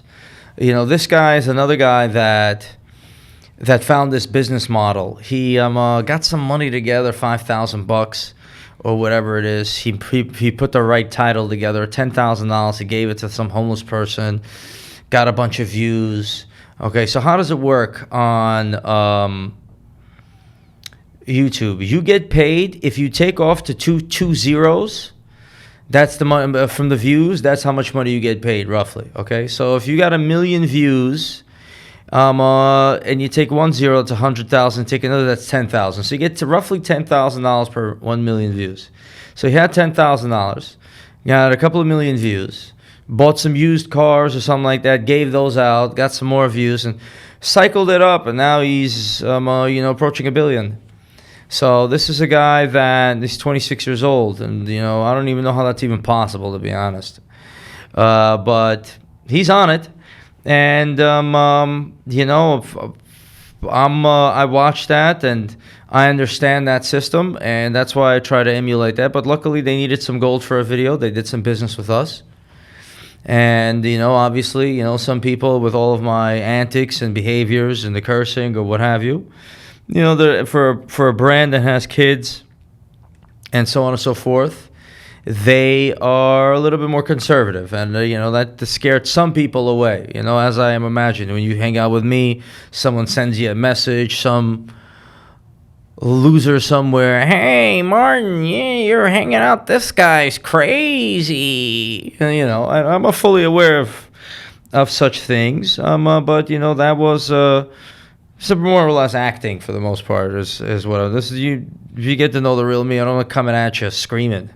Yeah, it's true. That's nonsense. So you did a beastly thing. Yeah, I did it. I got in with him. I made some money with the guy, and I was happy because the guy's going to be like Walt Disney. He's going to be, if he's going to go on this path, this is going to be one of the richest people in the world, extremely successful. Really? And the business model right now, and he's hitting the mark on the future, on everything beyond the wildest measure. So just a small short business lesson anybody watching from Mr. Beast. He came in, he has his brand, he has his viewership, he wants to make money. He's recycling the view money back into the business by doing giveaways and contests and so on and so forth. Wants to make extra money on the side, starts a company, Mr. Beast Burgers, thinks he's going to do that, but sourcing beef, produce, this, that, and trying to make a chain, turns out a disaster. Quality control doesn't work. What does he do? He goes after, instead of going after McDonald's, he goes after Hershey's. Hershey's produces a lot of chocolate. Chocolate bars have shelf life. Go, package it. Now he's got Beast bars, and he's got the marketing for free. So he's taking a market share from Hershey's. He's in Walmart. He's on Amazon. He's this, he's that. The kids are buying it. They're not growing up with Hershey's, like your generation or some of the or whatever it was. They're growing up with Feastables. Yeah, Feastables. So he's expanding the market share. So he's going to take it away from Hershey's. All these old boomer brands are going to get knocked out. And that is the game for the next 50 years. To establish these brands, now he's going for, there's a new product, Lunchables or something. So if they're taking away Kraft. These guys are attacking Kraft. They're attacking all these old brands and all these established things that if they don't put their guard up and they don't wake up, which they never do, as you're well aware, until it's too late, these young people are taking away their market share. So that's kind of the game, and that's the game I'm playing. I'm trying to get the entertainment. You want your jewelry, you want silver something, or buy yourself a piece, it's TraxNYC. And for the young generation to capture the future. So that's Mr. Beast. So you might be like the next Cartier or something. I mean, you make your own jewelry, everything. Right? Yeah, I manufacture it. I work, I source yourself, it, right? of course, as well. I mean, manufacturing in New York is another thing. But I'm trying to be creative, trying to muster up what energy I have to get the job done here. So you think like Tiffany and companies like that are going to be changed by new beastie guys coming in and doing different things? You think brands are going to then get tripped and get changed and get Yes. recycled? Listen, it started with the gum. People used to chew juicy fruit and Wrigley's, and then people came in with the marketing ideas of waterfalls and this and that and nightclubs and here and there, and then they got knocked out. All this Wrigley stuff, they started chewing all this other things. But now with the YouTube views, that dynamic and that marketing component, there's a new product on the scene. Now, when it comes to jewelry, this is a little bit less fickle. You're not so willing to change this is a tougher thing to change in society. Yeah. We don't do Fabergé eggs anymore. We're doing eggs by, Billy. I don't think so. Not yet. It's a little bit more austere, and it's got a different type of leadership, but I'm still working to establish that. But there's opportunities for jewelry brands now using social media. Yeah. That's Big ones. Big ones. Big, so I think we're going to big. do diamonds.com with the old rappers. Big, big, do our big, deep big, follows big. is there. Maybe yourself put that. Big, big, big, cool big. With diamonds.com. 300 million, 400 million bucks All at right. least. We got to go make some juice here. Is the juice worth the squeeze? Yeah. We squeeze. We got to go get some good juice. Yeah, you better believe it. So this is good. More questions. How much of your business comes through social versus your website or other channels? Yeah. So my YouTube just got hacked. by some jerks, and they're working on it or whatever. So the whole thing went down. So you're talking about I was really doing great. I was doing 4 million views a day. Wow. All right, and I hit a wall. Somebody hacked me. So I came up with some good videos. I did some things. I was lingering around 2 million per day, and I popped up to 4. I was excited. I was flying high. And how does this work? You get up to 4 million views a day. 30 to 60 to 90 days, you're gonna see this trickle in. Somebody saw you a week ago. They're buying today. Then right behind them is the guy that saw you a month ago, and there's the guy that saw you 2 months ago. So if they didn't see you 2 months ago, all you got is the guy that saw you yesterday or whatever. But if you get that number up there, you're going to get this little by little push, and you know what I'm saying? And you might be sitting there, you might have had views in August and got nothing. And then all of a sudden, you're in October, and you're like, wow, where are all these people coming from? It's got this lag to it. Yeah. Okay, so right now, unfortunately, I hit this wall. The account was disappeared, years of work, 3.6 million followers. It's okay, it's life.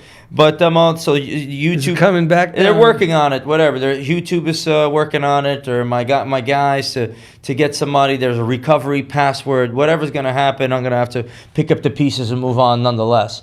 But the effect was immediate on that end. It's like someone turned off the Electricity. it's almost like to turn little by little the room. It's like someone turned off the AC, and little by little the room is getting hotter and hotter and hotter. You're starting to sweat. So hopefully that's the case. But without it, I got nothing. Without social media, I got a business. I'm walking around. I'm seeing these people sitting in their little booth. $6,000 a month or $8,000 a month or whatever the hell it is, taking the stuff out of their safe, putting it out. And I can't live like that. I don't got the patience for it. I'm not doing it. I'd rather lay down in Central Park like this. You know? You can just do social media. I mean, jewelry's on the side. You love social media, man. Yeah, social. Yes, I love gold. I love the jewelry yeah. industry. I love having a business. I love the fact that there's 60 people working in my office right now and doing that. That's a big responsibility. Yeah. But the social media is what gave me a chance to make this a fun life. So you like that? That's my personality is what it is. I'm impatient. I'm not focused. I didn't go to school. I didn't do none of that. I'm self-educated, and that's that. Yeah, it's going to be okay. All right. It's a What about social the media. trade-offs with it? The anonymity. That's a small trade-off. I mean, you lose something. Who's about to become famous, I don't know, man, about this famous stuff. He's trying to turn me into the Colonel of Kentucky Fried Chicken guy. Or something. Right. Yeah. Well, we'll talk about that. His yeah. strategy and his and He's going to be one of my advisors here. This guy, he knows stuff. This guys know stuff, We'll group think it, and what I'm saying, yeah. based on Martin's personality and how he should That's be out me there. talking about me and my personality. His personality, his unique character traits, and the real Martin deep down inside. The real Martin, man. So how that should be, but the number one thing is just to be your as magnified to the world from your contribution from your contribution. I'm getting tired too, man. I'm getting tired also. So we'll do some Martin Rapaport communicating to the world now, especially with these unusually difficult times, man. Right. Come on. Yeah. It's crazy times. You got something to offer to the world, Martin, and you see, you know what I'm saying. Old. You're right. I understand, but you're not that old, and there's some Yeah. level of contribution Yeah. that you should do. And having podcasts, creating your own one is one challenge, and I'd love to have this video and put it up on my podcast, on my channel when it comes back, so we could get the ball rolling for whatever you're doing. But to go on other podcasts. Yeah. For really smart interviewers is something I highly recommend you do. I'm going to be in LA. You think I should go talk to what's his name? I think I burnt him out already. Who? Producer Michael? Yeah, he totally burnt out with me, man. Listen, Producer Michael is just one person of many. Yeah, I know. He has a episode about rich stuff and whatever else. There's a million podcasts. All right, so you got this guy now. He's Up sucking. there. He's gonna do this. You stuff. want to go through the list of them, and you want to sit here and say, hey, we have this guy, Martin Rapaport. He's a serious dude, and Serious a dude. titan in the jewelry industry, and so on and so forth, and Israel and all these other things. And then they're gonna ask this guy some questions, and he's gonna really get going. So do me Yeah. a favor, give me a little hype video for him now. Who's Martin Rapaport? Yeah, but I don't want to take advantage of him. Listen, I got a problem because I don't want to take advantage of him also because he's got all these. There's no followers. advantage. He starts fucking around with Rapaport. People hate Rapaport, and then he's gonna have. It's okay. I like to stand on I my don't want to damage principles. this guy. We'll do it outside. I like to stand on my principles, and I like to stand on the people that I believe are good, no matter how many tomatoes they throw at me or whatever. Okay, so I don't know what the impression is of Martin Rapaport out there in the world, but this is an individual that walked into my life, into my exchange, and shook my hand and treated me like a human being. And that's where we started off. And a lot of people who pass judgment on me or look down at me for one reason or look up to me for another reason, Martin Rapaport's a real human being. And with integrity and faith in God. You got the aura, Martin. You got the aura. And people who judge him without getting to know him just because he looks like a stereotype that might be in your head are fools. You're fools. Your eyes are closed. You're blinded by your sins, I would say. Whoa, sins and everything. Yeah. There you go. All right, I'm not so good as he says, but the bottom line. Modest is that- man, too, yeah. I'm not that modest either. But the truth of the matter is that we're all living, sharing our experiences, sharing Right. our knowledge, Yeah. and a lot of stuff happens with these. We get a lot of information, we grind it up into knowledge, and then we turn it into wisdom. And Right. you really need to understand what's happening around you. And Yeah. this guy Maxie over here, he's a funny character. And when you see Martin standing in the trenches of Sierra Leone, okay, and on the edge as a 70-year-old man, okay, somewhere where people wouldn't put their pinky toe in his position, where they wouldn't even think about it, where they're scared to go in a rough neighborhood. They're like, no. And then he's standing there in the trenches doing this, that. Then you get to see who this man really is and where his mind is really at, And that's why I encourage you to watch the Sierra Leone trip video that I made where, I'm watching Martin and we're in a 10-car caravan going through the center of the second poorest country in the world to go tell the story of this rock. You guys gotta, wake up. This is really the bottom line here. Yeah, it's pretty cool. And I like Max because he's real.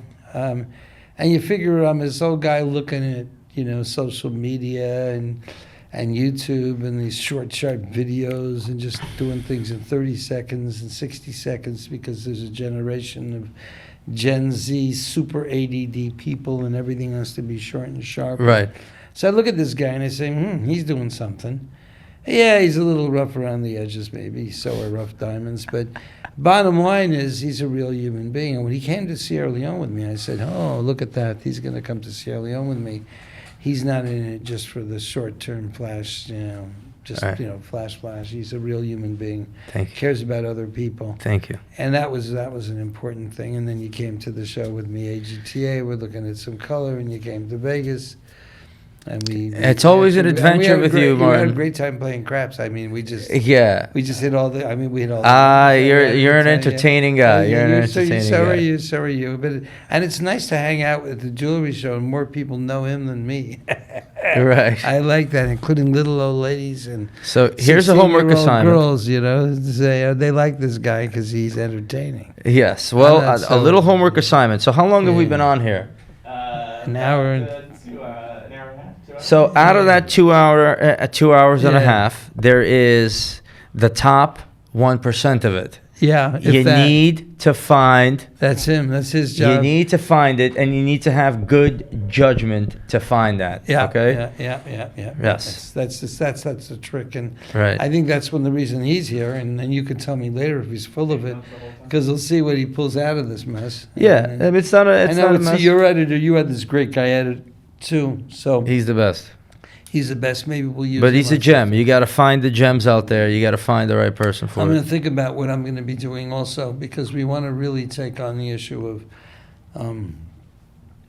China and talk about China. Maybe we'll ask me some questions so Right. we could talk about them. We got to talk about synthetics. We got to talk about Right. sanctions and all this new stuff as well that we want to do in Washington. And So the bottom line is, we have the chance to change the diamond world. maybe. Whether we will, no, there's no maybe. Whether we will or not, we don't know. Do you really think we can change the rule with Yeah. these Botswana guys? Listen, you have. I mean, we can change it, but I don't know that the world wants to change. You think, Yeah.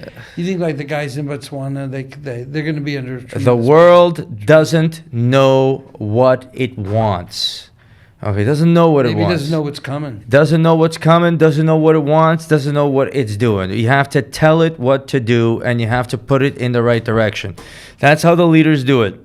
The world didn't know it wanted a touchscreen phone with no buttons on it. Didn't Right. know it. Right. Didn't know it. But when it had it in its hand, everybody jumped on the bandwagon. That's Okay? right. You could make, how does the world work? Through jealousy. They're doing something over here. Why aren't I doing it? Okay. Why is their diamond traceable this way, but mine's isn't? Right. Oh, why is this diamond mine having all this attention? Well, come over here.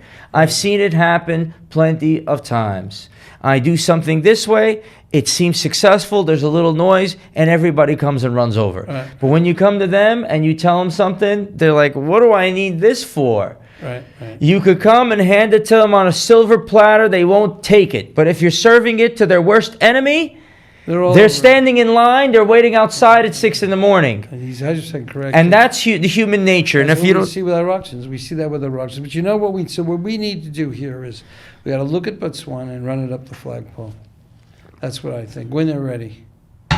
When they're ready, we got to explain to the world why these Botswanan diamonds are good, and maybe why Right. the Sierra Leone diamonds are good, and we got to Yeah. support the good products. yes. We got to support the good stuff. We got to say, Right. hey man, this diamond man made life better for these people.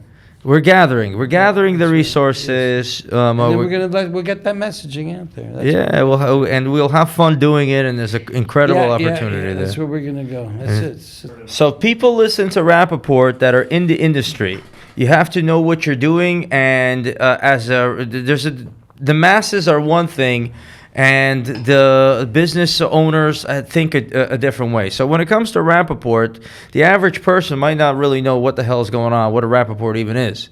But if you're in the industry and you don't know what Rapaport is, you're stupid. Yeah. You know what I'm saying? All right. So Yeah. we're good for the industry, but how do you go from B to B to B to C? Should you go to B to C? Yeah, What do I care about the consumers? I mean, right, I care about people. but right. Do I want to deal with all No, you don't. But that's one thing or another. But getting to the consumer is one thing. But the brand, you love branding, okay? You love the branding. You love it's in your nature to brand. The color, the hat, it's everywhere. And there was a vast opportunity that was kind of sidestepped, whether it was diamonds.com or whether it was one thing or another. But you can't do everything, Martin. Nope. You can't do everything. You can't say, and that's never fair. Leonardo da Vinci, he did the Mona Lisa, but he Yeah. didn't do this. You know what I'm saying? Yeah. I think we're just going to hang out, do our thing over here. I think we're going to look Right. at social media. I think Right. we're going to look at how we can use social media to get better messaging and communication. You should look at how to use social media to have fun Yeah. and to get your voice across. If you're not having fun, don't do it. Amen. Amen. Okay, if you want to have a conversation with some individual people, some cliche questions about this, about that, but the best one is a natural conversation Yeah. that evolves on its own, and you put a little kernel, and then it starts into something I else. agree. It's like what we're doing today. You think get some good stuff here. We're talking about Yeah. stuff. I So, think we have some fun. where do you go from here before we go any further? Because this is important.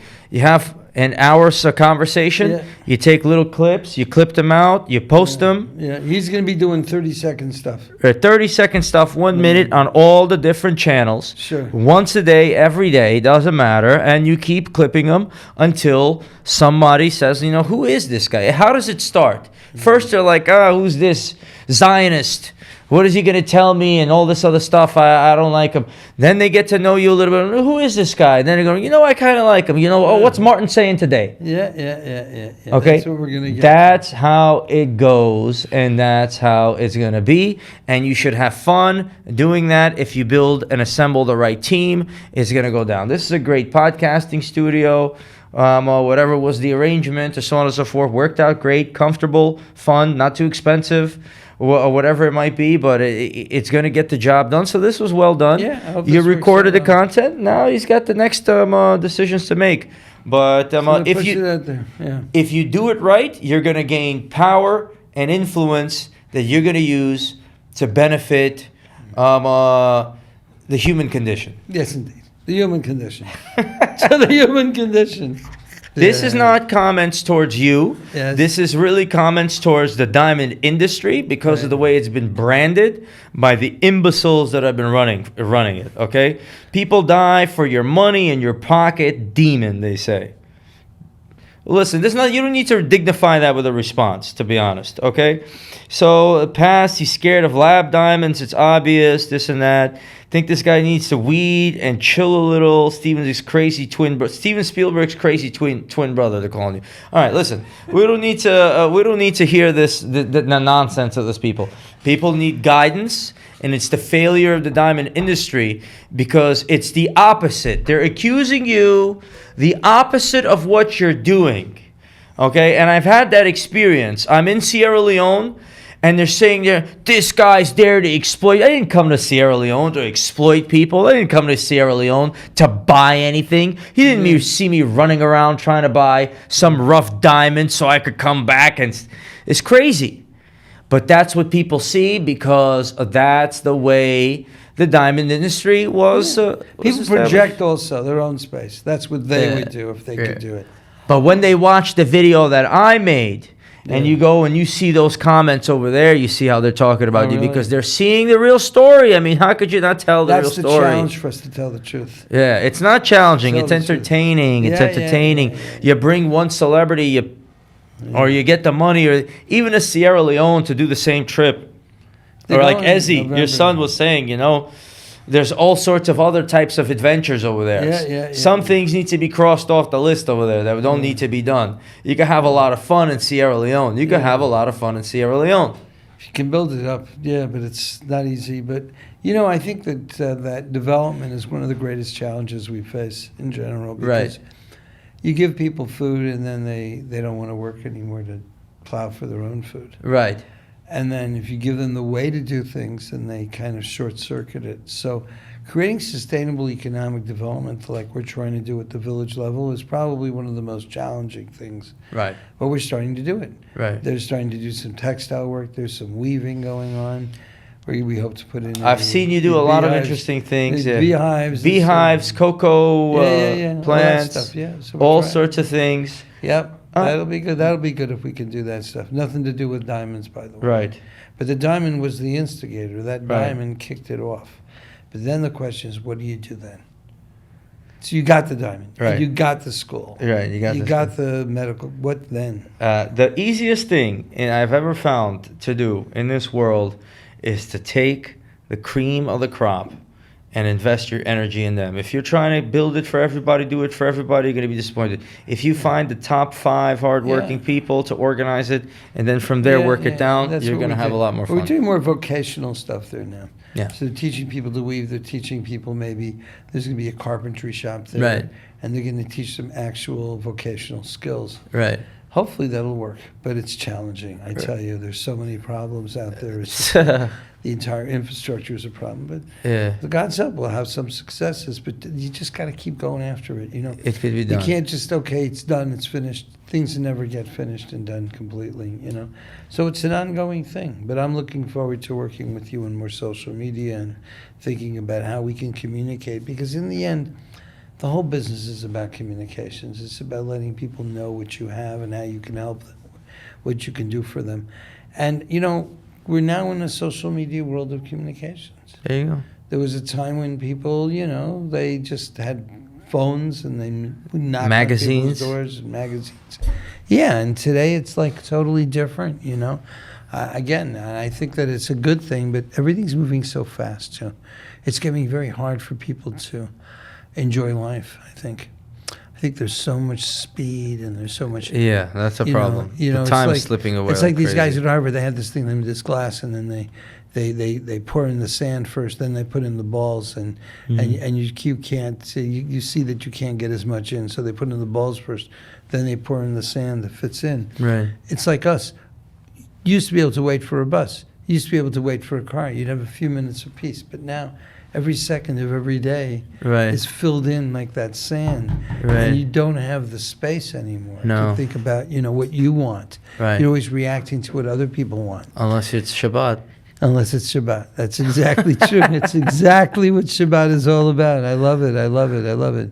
All right, more questions. I think we're good. You're good? 10 minutes left. I think we're great. Yeah, I was going to tell him a little bit about starting, so I'm going to keep going for a few minutes. Yeah, let's finish. You get the 10 minutes. Martin Yeah. likes to keep rolling. Yeah. So I'm going to keep rolling. And he But was what's on asking your me- mind, Martin, is really what Well, it he asked is. how I started. So I was talking about how I began, and like, what happened was I was able to sell, going door to door, knocking on doors, and I knew my goods. I knew the goods, and then people wanted to know prices, and then I developed this board.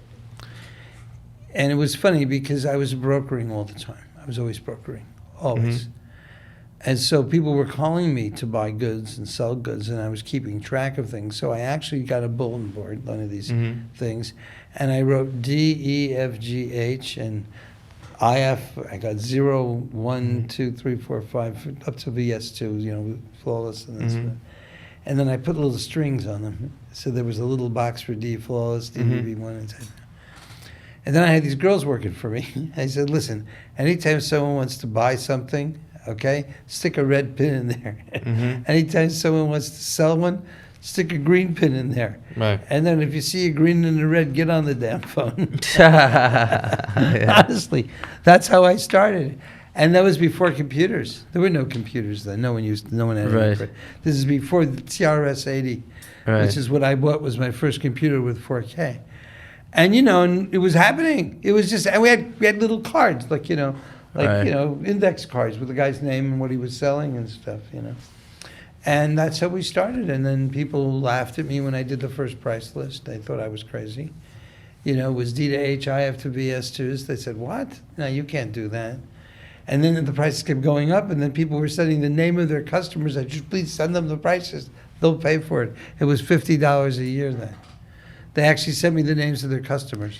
Did you have any moments where it seemed like you just rose up and had a great time doing it? No, they tried to kill me. I wore a bulletproof vest. Right. And the day before our marriage, so we were going to do this deal, which was to have investment diamonds. Right. But it became a crooked deal, and I just walked away from it. And there was like $1 million in there for me, pretty Right. much.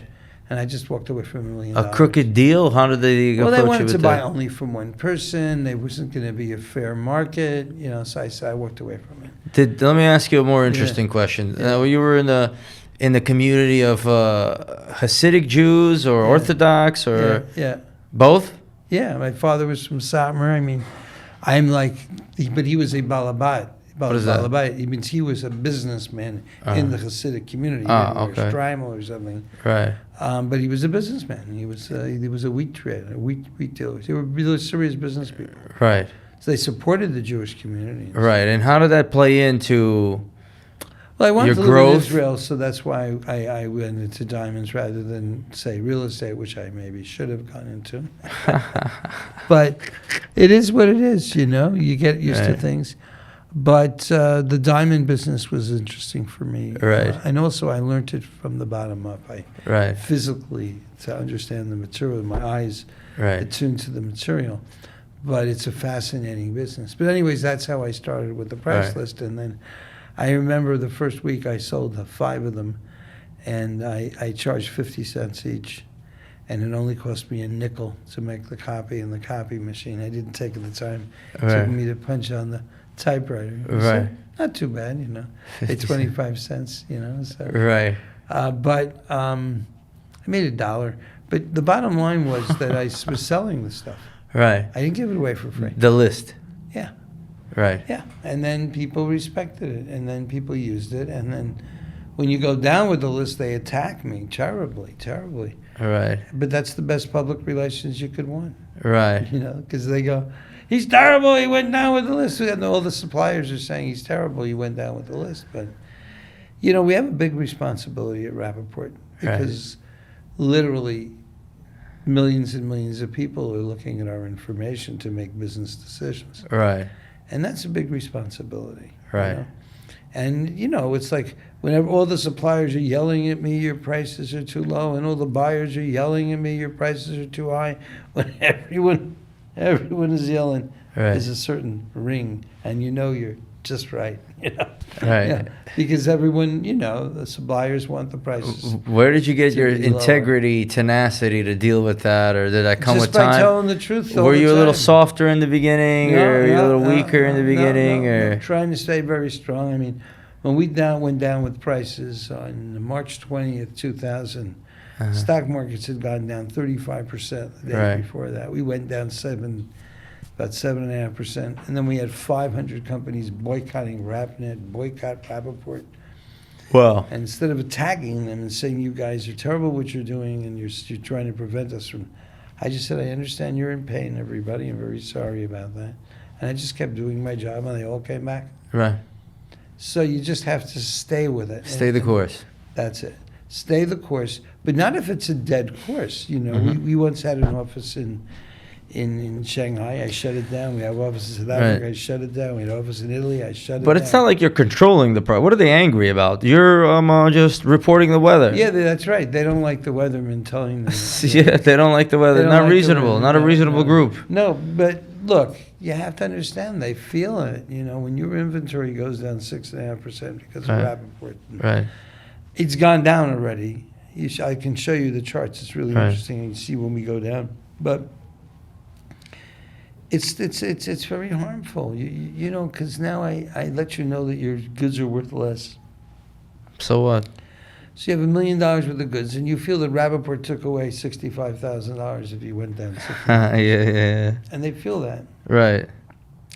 Again, we're quoting after the fact and after what's happening. Right. So the market's catching up a little bit, but Right. Did they think that they would have still had $1 million worth of good if you didn't report the price? They I mean, know. They they're- know it's lower. Unreasonable. It's Yeah. unreasonable to be honest. but I mean, it's people aren't what you're even rational about explaining how to they them. feel. People are not rational how they feel. You have inventory, and if your inventory goes down in price, you're going to feel bad. Right. Kitco says the spot price of gold.